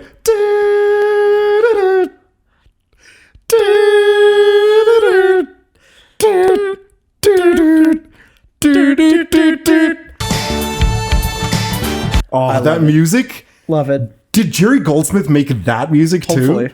Probably. I really hope so. Yeah, dude. Schwartzy walks up to the bartender and he asks for Melina. And he goes, you know, Mel's really busy. Plus, she's really picky. What about Mary here? She's free. And she goes, well, not free, honey, but I'm available. And reveals that she has 3 boobs. The iconic 3 boobs lady. Yeah, dude. And you know what I realized upon this rewatching? That the entire boob plate is fake. I thought maybe it was 2 real boobs and 1 fake one. They're all fake boobs. Yeah. Yeah. She probably has like small boobies and they like put over like just like the plastic. Yeah. Or like silicone. And they look really good. Yeah, it looks super real. Oh, and man. The barkeep says, thing is, Mel is real picky. And Schwartzy flashes some cash and he goes, she'll like me. And he goes, hey, Mel. And then she looks over and gives him such a devastated kind of like gut punched look. Totally. And she's sitting with Mr. Webster from Twins, who's also from Freddy Part 2, and a gushy-faced Hank from Breaking Dean Bad. Norris as Tony. Oh, Dean Norris as Tony is amazing. As brain-faced. He's so brain-faced. That's his brain, right? Some disfigured faces, a brain being from inside out. I that's what I always thought. Like his brain melted through? The brain tissue just like melted into the skin of the head. Schwartzy walks over to Melina, who is dressed in the most amazing 80s outfit. And she's wearing the best earrings and she's got the best smoky eye. She says, still bulging, I see. And then grabs his dick and says, what have you been feeding this thing? And he says, blondes. And she says, I think you're still hungry. And they head upstairs and Dean Norris, Tony, walks over to Schwartzy with his brain face and he goes, you got a lot of nerve showing your face around here, Hauser. And Schwartzy goes, look who's talking. With kind of a giggle. Yeah, totally. And then poverty shaming him. Webster comes over and says, hey, Tony, leave the big guy alone. And Schwartzy goes, relax, you'll live longer. It's such a sweet, like, foreign guy thing to say. And then Melina says to her little person sex worker friend, she says, honey, would you take care of Tony? And then I think he's under a lot of stress. And she says, if you need any help with this big guy, just give me a call. Because she wants to do Schwartzy. Totally. Everyone just wants to do Schwartzy in this movie. Totally. So they walk up to Melina's private fuck quarters, and she closes the gate and she slaps him and calls him a son of a bitch. She's mad because he didn't reach out to her to tell her that he was alive. Yeah. She got really worried about him. And can I just say that his performance of Melina, I don't remember you. I don't remember us. I don't even remember me. Well, what did you get, amnesia? How did you get here? Hauser sent me. Hauser, you're Hauser. Not anymore. Now I'm Quaid. Douglas Quaid. Hauser, you've lost your mind. I didn't lose my mind. Cohagen stole it from me. I love it. And he goes, and he dumped me on Earth with a lousy job and a wife. Wait a minute, a wife? You're fucking married? So good because it pivots the conversation. They're having two different conversations. She's pissed that she feels betrayed, and he's trying desperately to figure out his situation and what's going on. Both her and him play this pitch perfectly. He is so intense and so wants to remember and feels so much empathy for her, and also feels a lot of empathy for the cause too. Absolutely, because she says, you never loved me. You just used me to get inside with the rebels. And he's like, inside what? He's so frustrated and wants so hard to help. And she says, you should go. And he's like, Melina, please, people are trying to kill me. And she goes, really? And points a gun at him. And he's like, okay, I'll leave. And then heads out with Benny while Mr. Webster suspiciously looks around. So next scene, Schwartzy's just watching the news at the Hilton Hotel. I know, I wrote that down too. I wrote down, I love that he's casual in the hotel watching TV. He's just watching the news, well, whatever. Yeah. Well, dude, what else would you do? You'd be... I guess so, yeah. Well, I've got this hotel. I don't have to clean it. And then we hear the amazing Dr. Edgemar, the guy who is in the Recall commercial. This actor is amazing. And I found out that he died pretty soon after filming a role in Deep Space Nine. Oh man, he's totally a Deep Space Nine actor. Schwartzy is super apprehensive and skeptical about this guy. And he's like, how did you find me? And he's like, it's a little difficult to explain. Could you please open the door? I'm unarmed. And he comes in. He's such a wiener. But also a scumbag. He plays it so well. He rides the line. It's the razor's edge of being a fucking asshole, but also being a smug doctor asshole.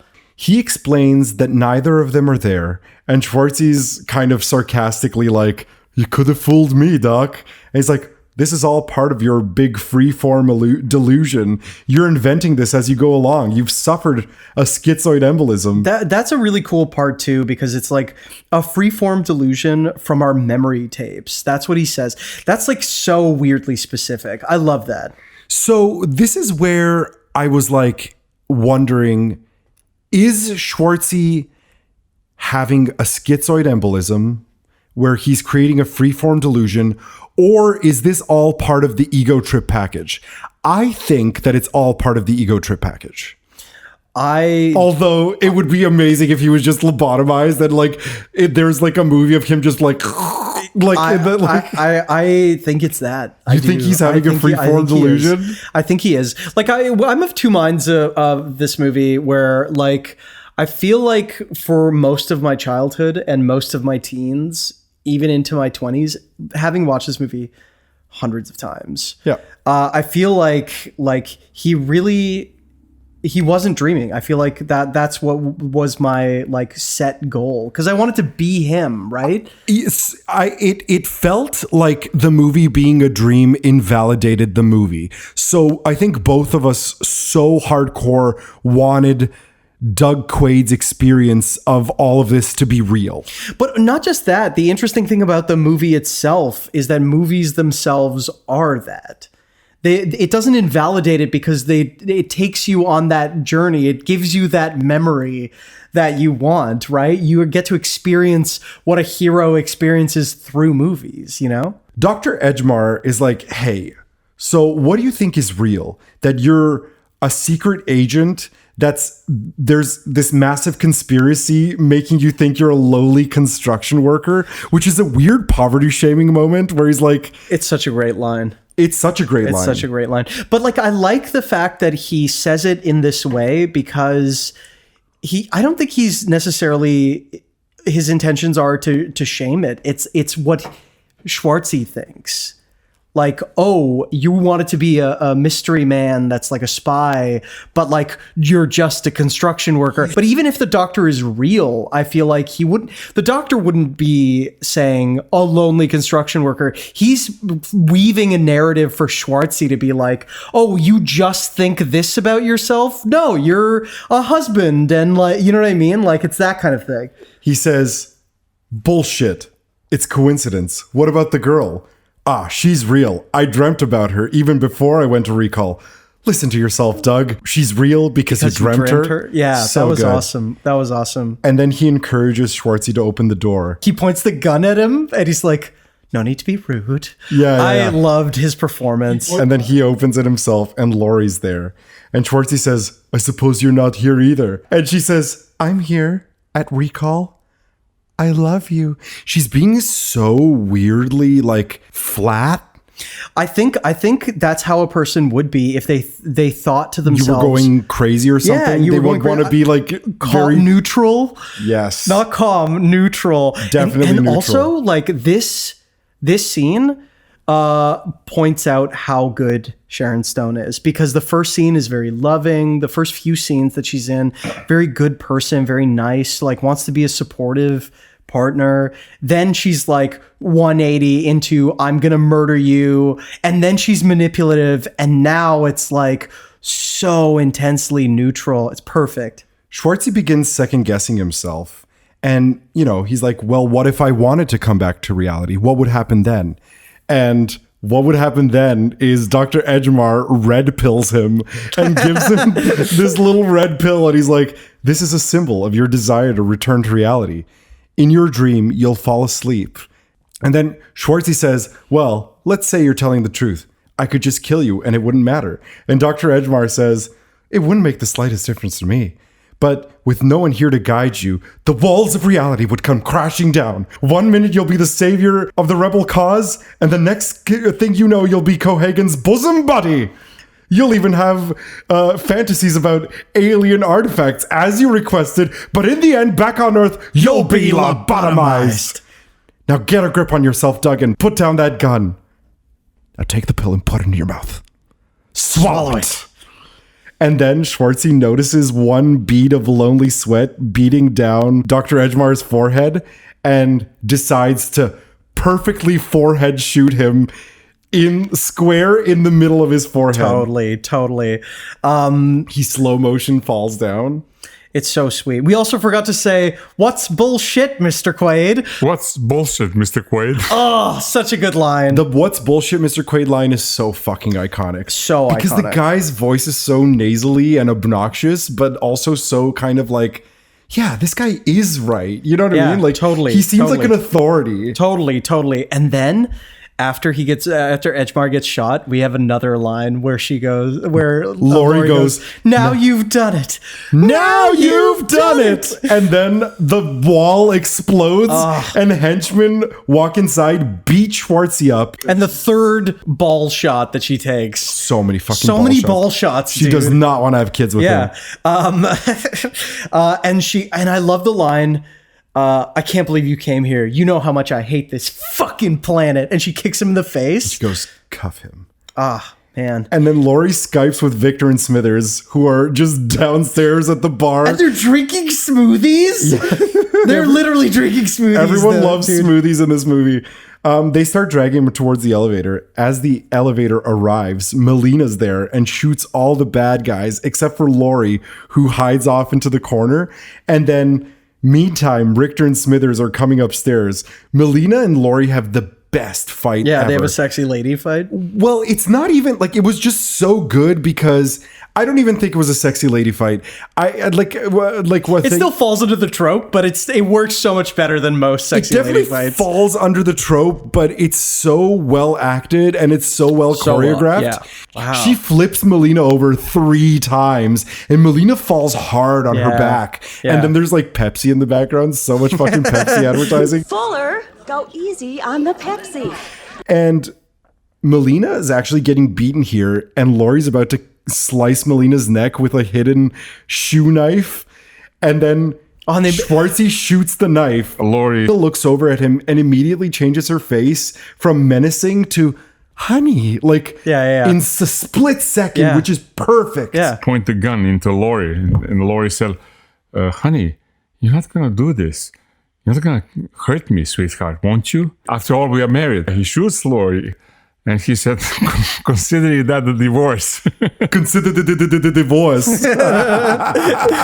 I love it. I love it. Also, they make amazing sounds when they fight. They're like, ah! It's like awkward, funny, like real life fighting sounds. And Sharon Stone goes, fuck you. Yeah. Like, remember amazing. Fuck you. Totally. Oh, man. And then Melina like like does Schwartzy's cuffs and they both run away and they're like, she's like, that was your wife?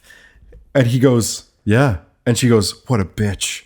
Yeah. And he gives her like a do shrug. And they both run off. And as they run off, Richter and Smithers get to the dead bodies. Smithers looks down at Laurie. Evening, little lady.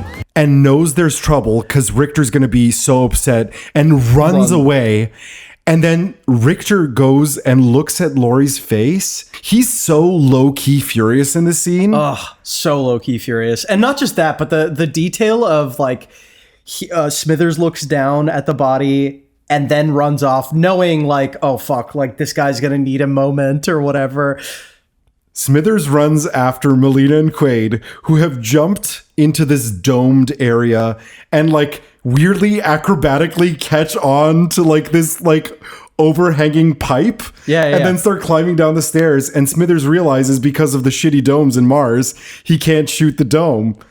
And then Richter comes up and talk about misheard lyrics. Oh, this is such a misheard lyrics moment because... Okay, so we as kids thought Smithers takes the gun out, shoves the gun out of Richter's hand saying, Richter, fucking no! But he says, you cracked the fucking dome! Crack the fucking dome! Which I think I like our version better. I like Richter fucking no so much better. They run out and get a cab. Obviously it's Benny.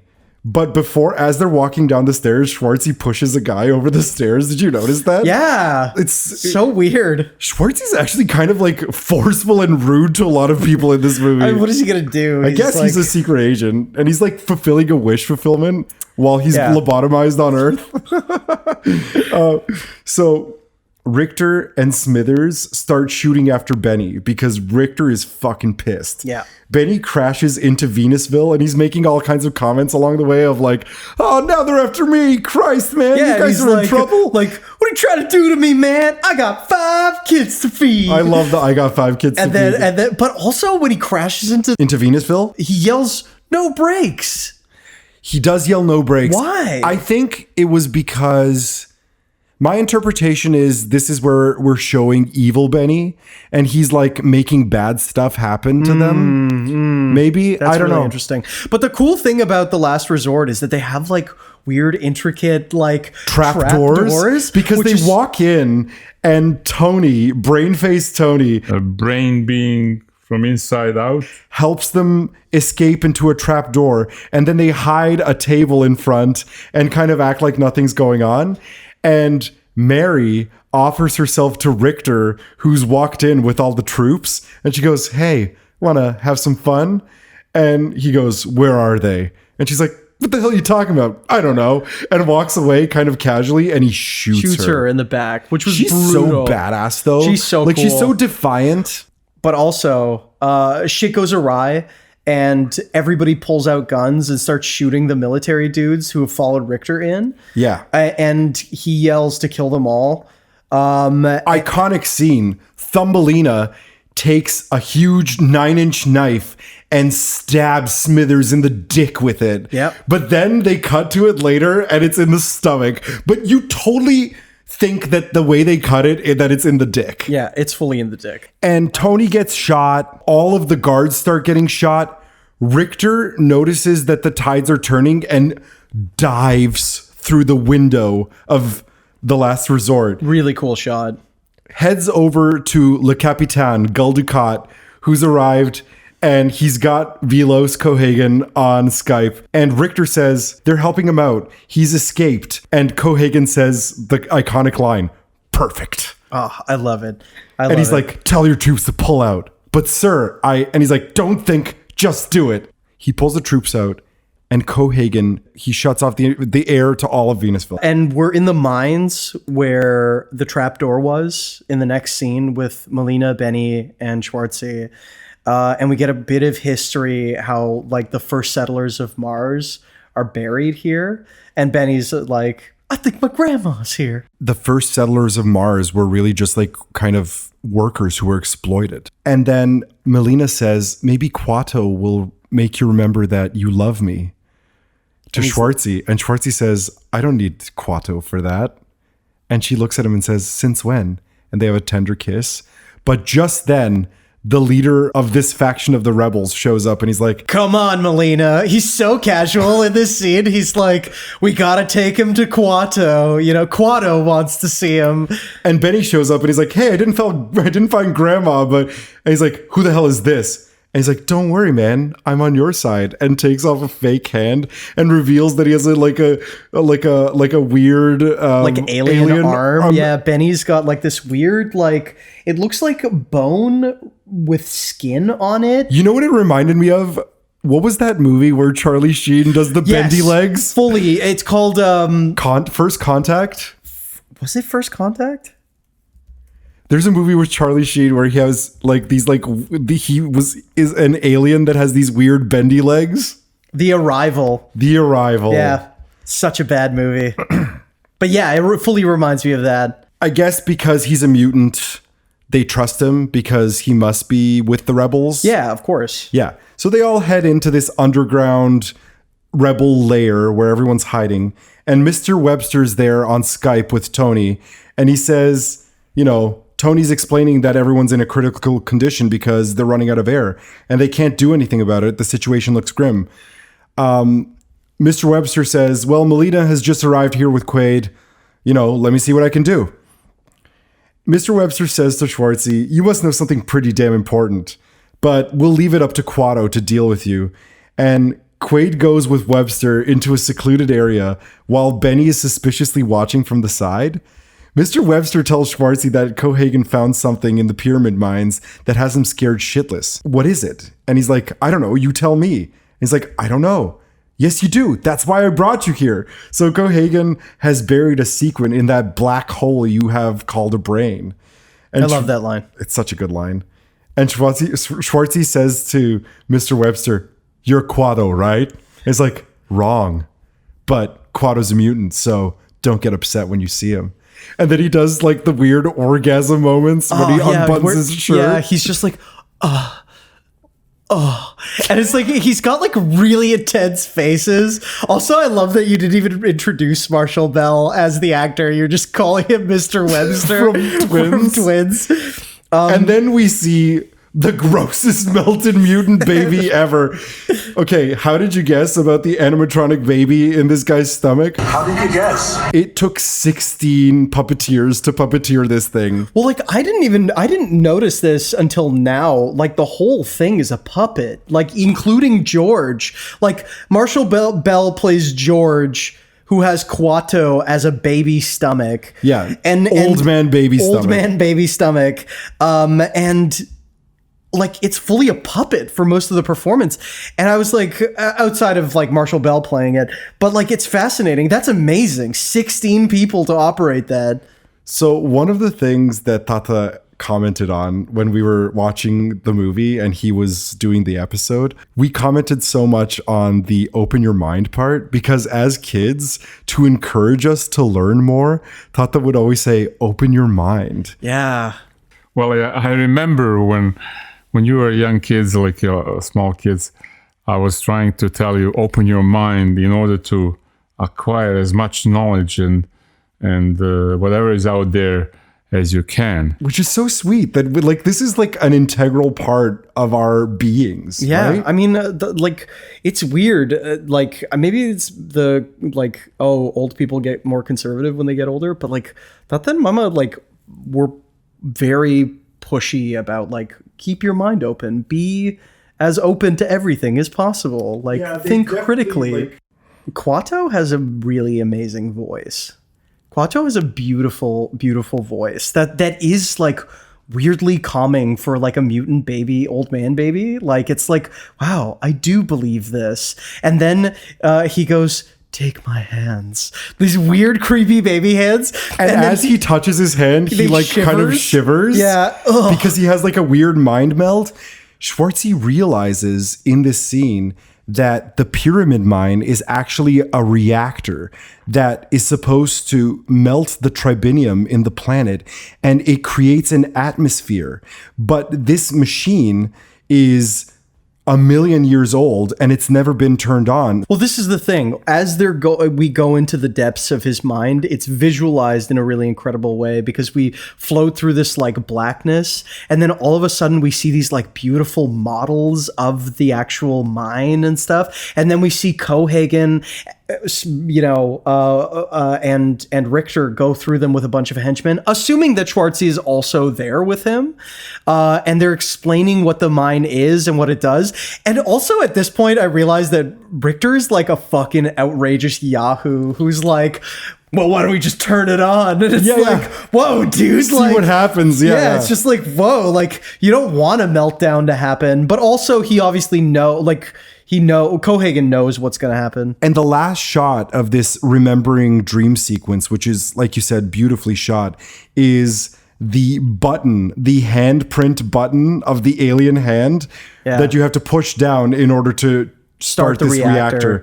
So they get a rude awakening of Kuato's gross milky eye like goobering all over the place. We find out that the military has discovered the location of the rebels, and Schwartzy wakes up Marshal Bell saying, we have to get the fuck out of here. Shit, they found us. I love Schwartzy's genuine panic moments in this. Yeah, he does a really amazing job at emoting those things, but also wanting this guy he's like, this guy saved me. He let me remember things. He seems to really care. Yeah. Schwartzy and Marshal Bell run out. Marshal Bell's shirt is you can go back to calling him Mr. Webster. Run out, and his shirt's halfway open, and Benny sees the goober stomach and realizes that, that's Kuato. Yeah. Our heroes head with Benny and Mr. Webster to the airlock, and all of the rebels are being shot by the military, and they're trying to put spacesuits on to get out and escape through space, through outside, and then Benny kills Kuato, saying, congratulations, Quaid, you led us right to him. This is like one of the most legendary double crosses ever. Yep. Because he says, hey man, I've got 4 kids to feed. What happened to number 5? Oh shit, you got me. I ain't even married. Yeah, I mean it's sad too. It's a sad realization, and it's a sad moment because he is so charming, and he just ends up double crossing them for money, which probably does happen a lot in movements like that, you know? In real life, definitely. Yeah. Kuato pokes out of the shirt and says, Quaid, start the reactor. Free Mars. And then Richter fucking shoots him in the head. He shoots and grazes his brain. A brain being from inside out. Just killing him. Oh, it's so brutal. It's such a sad scene that this weird puppet alien baby thing. Next scene, Cohagen looks at Quato by lifting up the like goobery, bloody shirt and goes, "So this is the great man. Ugh, no wonder he kept out of sight." Oh, and then Cohagen's like, "Thank you, my boy. The resistance has been wiped out, and you made it happen." And Melina's pissed, and she turns to Schwartzy and says, "Fuck you." Or she's like really fucking pissed at him. She's like, "You've double-crossed us." And Velos is like, "Don't blame him. He's innocent." He explains that Hauser and Cohagen concocted this outrageous plan to make a character of Quaid so that he could earn the respect. No. It's not that he can earn the respect. It's that any person that they tried to get in the resistance as a mole was sniffed out by the mutants. All the mutants because they're psychic. Oh, so wow, that's good. So they had to have him be.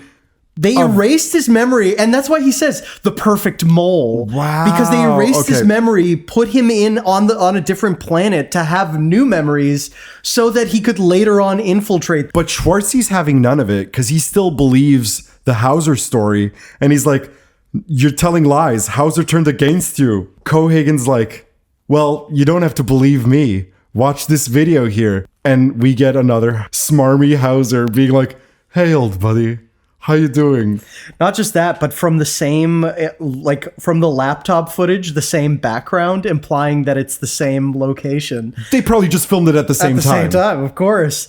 And it's like Hauser Schwartzy reveals that, he's been Cohagen's friend all along because the camera pulls out. This was like a directed thing, like totally. Directed by Paul Verhoeven. And he's like, "Unfortunately, we can't have the same body. Sorry to be an Indian giver." Oh, the Indian giver line. I was like, this movie almost made it without being racist. But he's a shitty dude. We're not supposed to like him. That's true.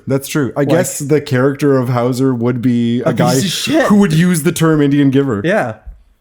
Also, why wouldn't he? Like, everyone else is fucking racist. That's against mutants. That's right? true. And he plays such a good shitty dude.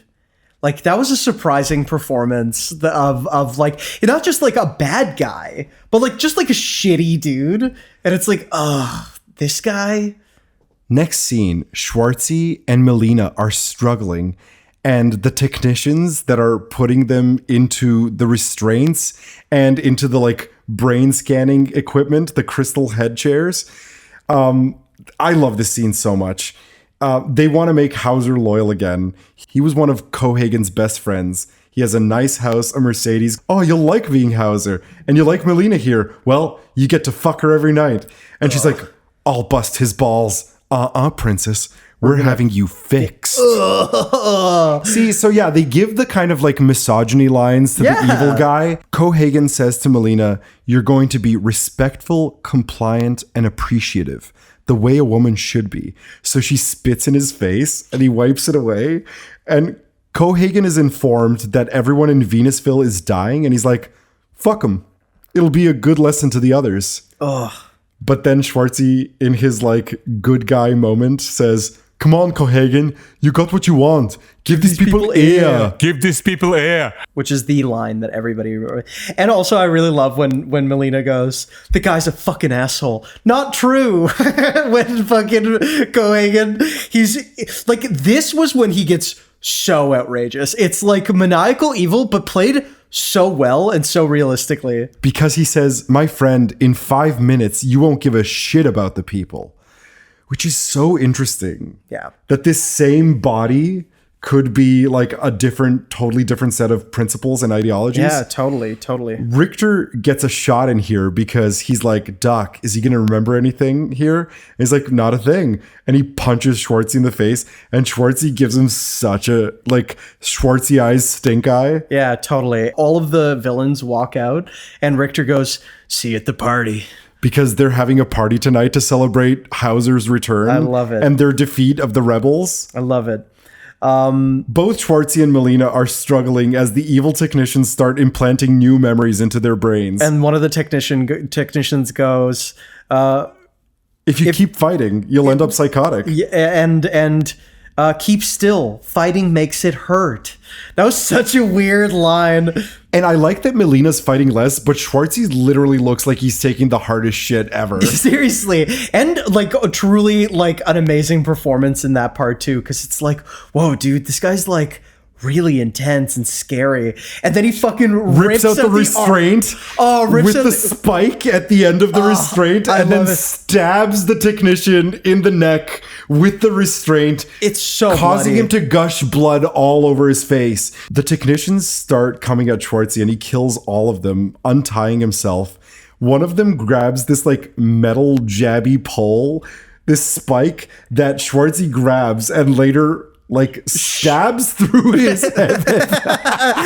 I loved that part. And the way he falls is like, oh, he just like sort of shakes his upper body and falls out of frame. And it's so fucking funny. Oh, it's brilliant. I love it so much. Pierced the guy through the head with that spear and said to Melina, hold on. It was an incredible scene, like very brutal and bloody. He frees Melina and asks her if she's still her, and they kiss, and they head out. As they head to the elevator, they kill some guards along the way. Cohaagen finds out what's happened, and Richter gleefully joins, and he's like, "You have to make a decision, sir." And obviously... Cohaagen's like, well, kill them. And he's like, finally. And then as Richter leaves, he pushes his fish tank over in rage. A symbolic move to show how the fish are suffocating. We then get a sort of parallel shot of Tony suffocating with all of the people in Venusville. Totally. I also liked that in this scene that between Richter and Cohaagen, the sort of ego that it needs to take to have this outrageous a plan for it to work, and then to be like, fuck, it didn't fucking work. And this fucking moron pointed it out the whole time. Quaid explains to Melina that they have to head to the reactor. He tells her the whole story of the memory he's had resurfaced, where aliens built this reactor in these pyramid mines, and the reactor makes air, and that's Cohaagen's secret, and they have to turn it on. He remembers where it is, but the opening has been blocked off. He's kind of surprised that they can't get through, but suddenly that big metal mining machine turns on and it's Benny driving it.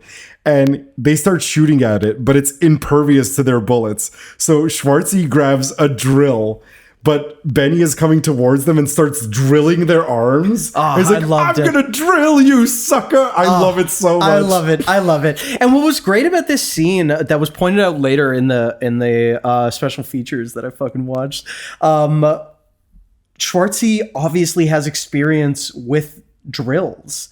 And like he at the beginning of the movie, when he's using a jackhammer, it foreshadows this, and then he drills a hole into the hydraulic system. Squirting oil into his face. Dude, I wrote this down too. And then Benny has to back down, but not before knocking a hole in the wall where they need to get through. So Benny's like, where the fuck are you? And he's so pissed. And Schwartzy drills into the side saying, screw you, Benny. And he goes, ah! And like kills Benny and pulls out the drill that's like just covered in splattering blood. It's amazing. It's amazing. They see the hole in this wall and go through, and the reactor's there. The music is glorious. It's a beautiful matte painting. Cohaagen knows that this reactor makes air, but the bastard won't turn it on because he wants to keep the tribinium flowing. If Mars had an atmosphere, he'd have no control, which is really cool. Like an interesting look at fascistic governments, like not giving people their freedoms. Richter has arrived to the reactor as well, and Schwartzy pulls out his hologram wristwatch and pretends he's walking through, when really it's just a hologram, and all of the guards start shooting what they believe is Schwartzy. And Richter makes such a satisfied cum face. Oh, he's so excited. He's like so happy about killing this dude finally. But then realizes that it's a hologram and says, No. He what happens is he's got the cum face, and then Schwartzy starts laughing, and then he casually walks out, and shoots towards all of the guards. And then the real Schwartzy comes in and starts shooting at the guards. And Richter runs away and he's like, he's got a hologram. You think this is a real Quaid? It is. Quaid tackles Richter on the elevator that he starts heading up, leaving Melina behind. We have an amazing fight scene because it's an open walled elevator that's just a platform. Yeah. And Schwartzy does a lot of 80s/90s arm twisty moves and flipping Richter over the edge of the elevator. But Richter pulls Schwartzy down and says, "You're coming with me." As there's a ledge approaching where it's going to basically cut Schwartzy's head off. And then he looks up, Schwartzy looks up, seeing that he's about to get his head cut off, and pulls Richter's arms towards him. And the ledge cuts off Richter's arms. Right before that, he goes, "No!" And Schwartzy obviously says the iconic line, "See you at the party, Richter." Amazing. "See you at the party, Richter." Throwing his arms over the ledge. It's so graphic. Also, this was the first time I noticed that it's just some guy's arms tucked into a shirt with fake bloody arms, which was great. Richter is one of the best villains and foils for Schwartzy ever. Yep. Because for all of the reasons you described, he hates him so much because there's this jealousy factor. There's this like masculinity factor of like I'm a man, you're a more conventionally attractive, stronger man. You have hair. Yeah. it's like a lot of like weird sort of like shaming, but also kind of like signifiers like that are like, you know, semiotically supposed to be telling us that, you know, he's the bad guy. He's the like more, you know, like he wears black. He's bald. He's like not fit. Yeah. Well, which he is. Yeah. He is though. He's like old school guy ripped. Yeah. He like if you watch him in what's it called? Visiting Hours. It's like Visiting Hours, but he's ripped in that. Like he's not like cut, but he's like jacked. It's important to pack en masse. Anyway, sorry, go ahead. I had to get that out there. But you're right. He is like a quintessential villain. What's interesting about the next scene where we get what is the climax of the movie, the real boss, the final boss. This is where Brian Cox's performance like reaches a next level of outrageousness. Because Ronnie Cox says, "Don't touch it! No! Get away! Once the reactor starts, it'll spread to all the tribinium in the planet. Mars will go into global meltdown." And then Schwartzy goes, "And you expect me to believe you?" And he says, "Who cares what you believe? I didn't want it to end like this. I wanted Hauser back. But no, you had to be Quaid." I love it. You have to leave that coffin. And Schwartzy goes, "I am Quaid." "No, but you want to be Quaid." "I am Quaid." "You're nothing. You're nobody. You're a stupid dream." "Well, all dreams come to an end." And then he's about to shoot him, but we get the reveal that Melina arrives and shoots Cohagen off the elevator, which was so awesome. And at the scene where he goes, "I am Quaid," the camera dollies over and the light is behind him. Like it's like a glorious, epic moment. Like an aura around him. And I was like, that's so awesome. Because also fucking RoboCop is also a giant Jesus metaphor too. Which is amazing. As Cohagen falls over, he tries to set off a bomb. And Schwartzy sees the bomb and throws it out into the like airlock section. And it explodes there. And the outside atmosphere or lack of atmosphere starts pulling all of the air out and starts pulling them all out towards the harsh Mars terrain. Schwartzy is pulling himself by a cable over to the hand switch, the mutant hand switch, and Cohagen says, "No, don't do it. We'll all die. Everybody will die." I love it. And then Schwartzy pulls his grip away, sending him flying into the unforgiving Mars terrain. And then we get a shot of Ronnie Cox, like in the atmosphere, and his face is like expanding and exploding, and it's turning into full on jelly. Dude. Yeah, it's just so much jelly. and his eyes are popping out, and he's like, and like the movement of the jelly eyes and stuff, it's like, oh no, this is what would happen. And Schwartzy just barely presses the button for the reactor, and he starts it with the Terminator green lightning. Oh, I love it. And then, but then he flies out into Mars, and Melina lets go as well. And this is such a great climax. I think this is the best Schwartzy climax. I would agree 100%. Because it doesn't end with like a whisper, it's like a bang. It really is a fucking bang. And the lack of a fight with Ronnie Cox, because, you know, this guy's not really like boss material in the sense that he's gonna physically fight someone. No, he's just evil. So really, you're having a climax with the atmosphere of Mars. Totally. That's the final fight. The harsh reality of this place is the main villain. And the cool thing is that the interpretation of what the reactor would be like from an alien's perspective is amazing. And it looks really cool. There are these like orange bars that go dipping into this like icy cavern thing, and like all this air starts shooting out from the like planet itself, forming the atmosphere. It becomes like a breathable planet. Wonderful scene. And as the air covers the planet, the gross puppets of Melina and Schwartzy start reverse motioning and becoming normal again. Yeah. Was this reverse motion? I think so.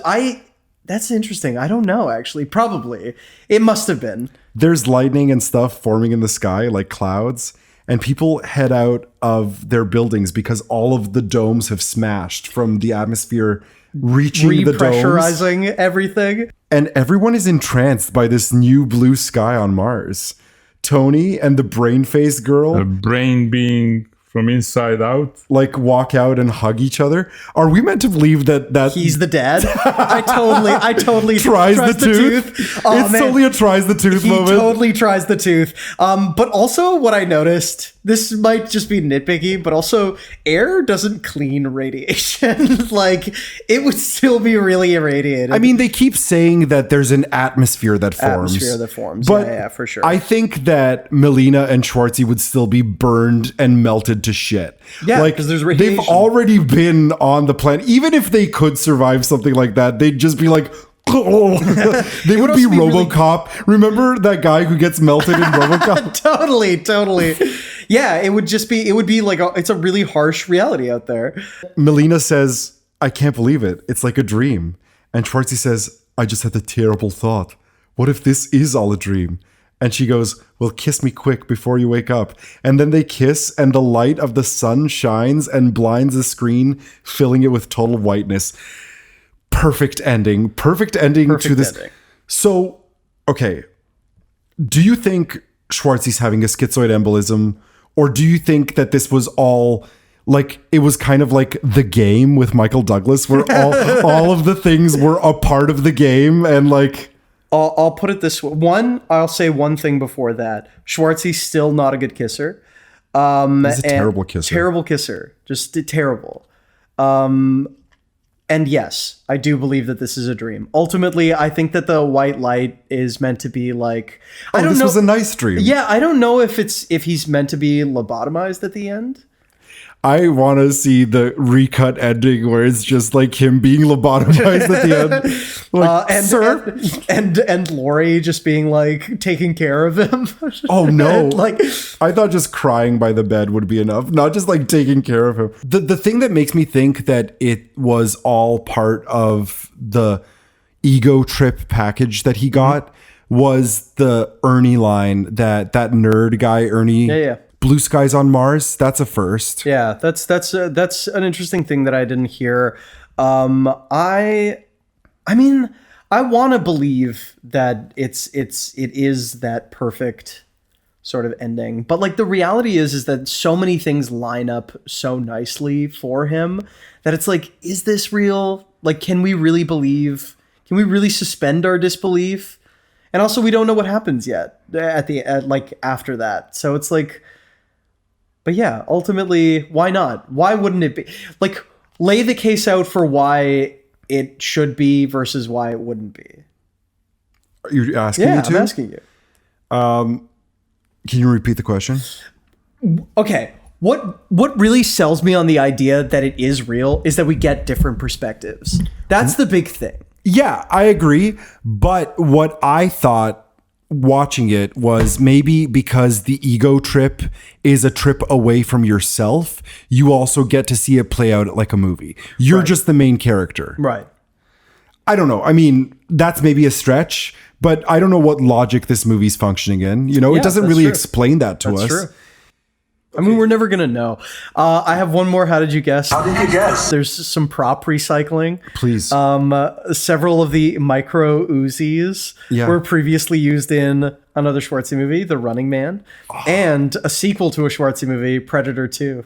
That's amazing. Yeah. How did you guess? After seeing Sharon Stone's performance as Laurie in this movie, director Paul Verhoeven cast her in Basic Instinct because he saw that she could play a character who changed from timid sweetheart to diabolical person and walk the moment back with like a moment's notice. And he also stated that this is the way Sharon Stone is in real life.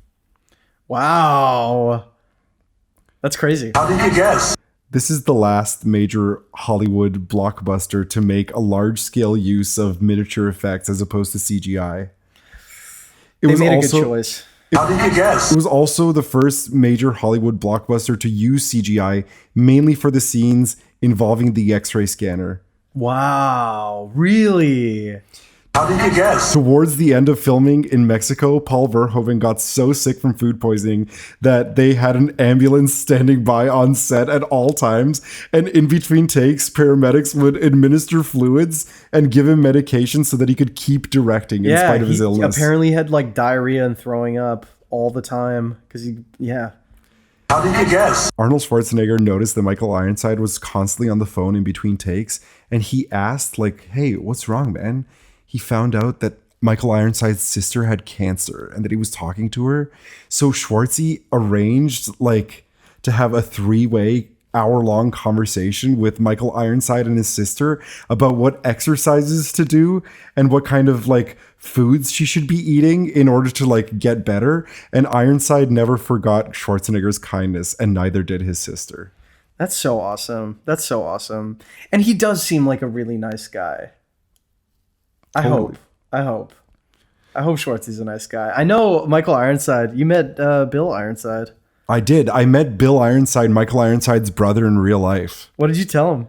I was like, I'm just such a big fan of your brother's work, and especially in Total Recall.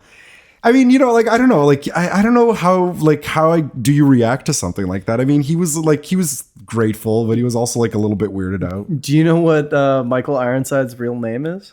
What's Michael Ironside? Frederick Reginald Ironside. Wow. Canadian actor. I love him. I love him so much. He's fucking amazing. What do you give the movie out of 10? Okay, so for out of Schwartzy's, I think this movie is without a doubt the most Schwartzy movie that exists. Yeah. I do think this is the most Schwartzy performance and the most Schwartzy movie in every single way. In every way imaginable. This is a perfect score for me. 10 out of 10 Schwartzys. Wow. Yeah. What about you? I'm going to give the movie a perfect 10 out of 10. For star rating? For star rating? 10 out of 10. If I could give this movie a million out of 10, I would give it a million out of 10. I'm going to give it 7.5. Schwartzys. Yep. Tell me why you're going to give it 7.5. I'm going to give it 7.5 because all of like the performance is amazing. He's very Schwartzy in it, obviously. He's charming. He's a good actor. He gives the Schwartzy eyes. Schwartzy eyes. He's got one-liners. He's got one-liners with the movie. But he doesn't have iconic one-liners, which is like he's got one-liners that are great and that we find iconic. There's no I'll be back. There's no. And the thing is, only one movie pulls off the perfect fucking 10 out of 10 and a million out of 10. Well, we can't talk about that now. And we can't talk about that now. And we'll get to it. But yeah, you know what? Pardon me. gonna pull back. You gotta pull back. I gotta pull back. I'm gonna give it. I'm gonna give it a 9. Fuck it. I'm gonna give it 9 a 9. Schwartzys? Of course. You heard it here. Of course. I'm gonna because it's too good a movie to let up, and like he did too much. Like hearing that little tidbit of him redoing scenes 20, 30 times, like that's dedication. That's so like, dedicated. He's so amazing. He's amazing. He's a fucking powerhouse. Yeah. Do you know what we have next? What's next? Next is Kindergarten Cop. Ooh, I'm really excited to rewatch Kindergarten Cop, dude. I haven't seen Kindergarten Cop in like 20 years. Starring easily. that dude's ponytail. Oh, dude, that dude's ponytail. Okay, listen. Sorry, before we end the episode, can I just say what a pleasure doing this show has been with you. I honestly think that it's helped us connect as brothers. I think that it's helped us talk about a lot of like really important issues that we have with each other, but also the way that the important issues we have with each other intersect with how we feel about the world. I'm so grateful that you want to do this with me and that like we're able to do this together and that we have the kind of relationship that can facilitate a project like this. So thank you. Yeah, dude. From the bottom of my heart. I mean, we didn't talk a lot about the misogyny in this movie. I think maybe our nostalgic love overshadows some of the things, and we talked a little bit about it. I know that that's like a pet topic of mine in these episodes. I mean, I just like. I mean, with this specifically, it's like it's hard to say. It's hard to say because it's got such. They hold their both. I mean, both. The fact that I'm even talking about it in ways of either gushy-faced people or both the women in this movie. Don't forget Dr. Lull, who was amazing. Oh, yeah, she was amazing. I feel like there is a tenderness that Verhoeven has with women in general. And I don't mean that in a like a pejorative way of like, oh, women should be tender or anything like that. No. I mean, he just treats the characters with respect. There's like a certain amount of empathy with this movie, with RoboCop, with other movies as well, where he gives them such depth that, and the fact that he uses misogyny in a way to show evilness. Bolster like the depth of the evil characters. Yep. I think that it's a different kind of it's a kind of a misogyny that's like, oh, well, he's an old man and he doesn't know any better, versus like, oh, this is normalizing behavior. Yeah, that's a good point. You know what I mean? Yep. So like, I mean, we can talk about it, but like, let's keep in mind that this is the same director that directed a really feminist movie for me, L. Yeah, exactly. So there is a sort of thought process that I feel like we can throw him a bone to have thought of those things, sure, rather than being like, well, it's just tone deaf or it's. Just something that's thrown in there for this women will like this or you know what I mean? That's true. All right, thank you so much, man. Like I said before. Yeah, dude, thank you. This is always a good time for me. It's the highlight of my week every week. Yeah, it's great. Yeah. And I get to relive something publicly that is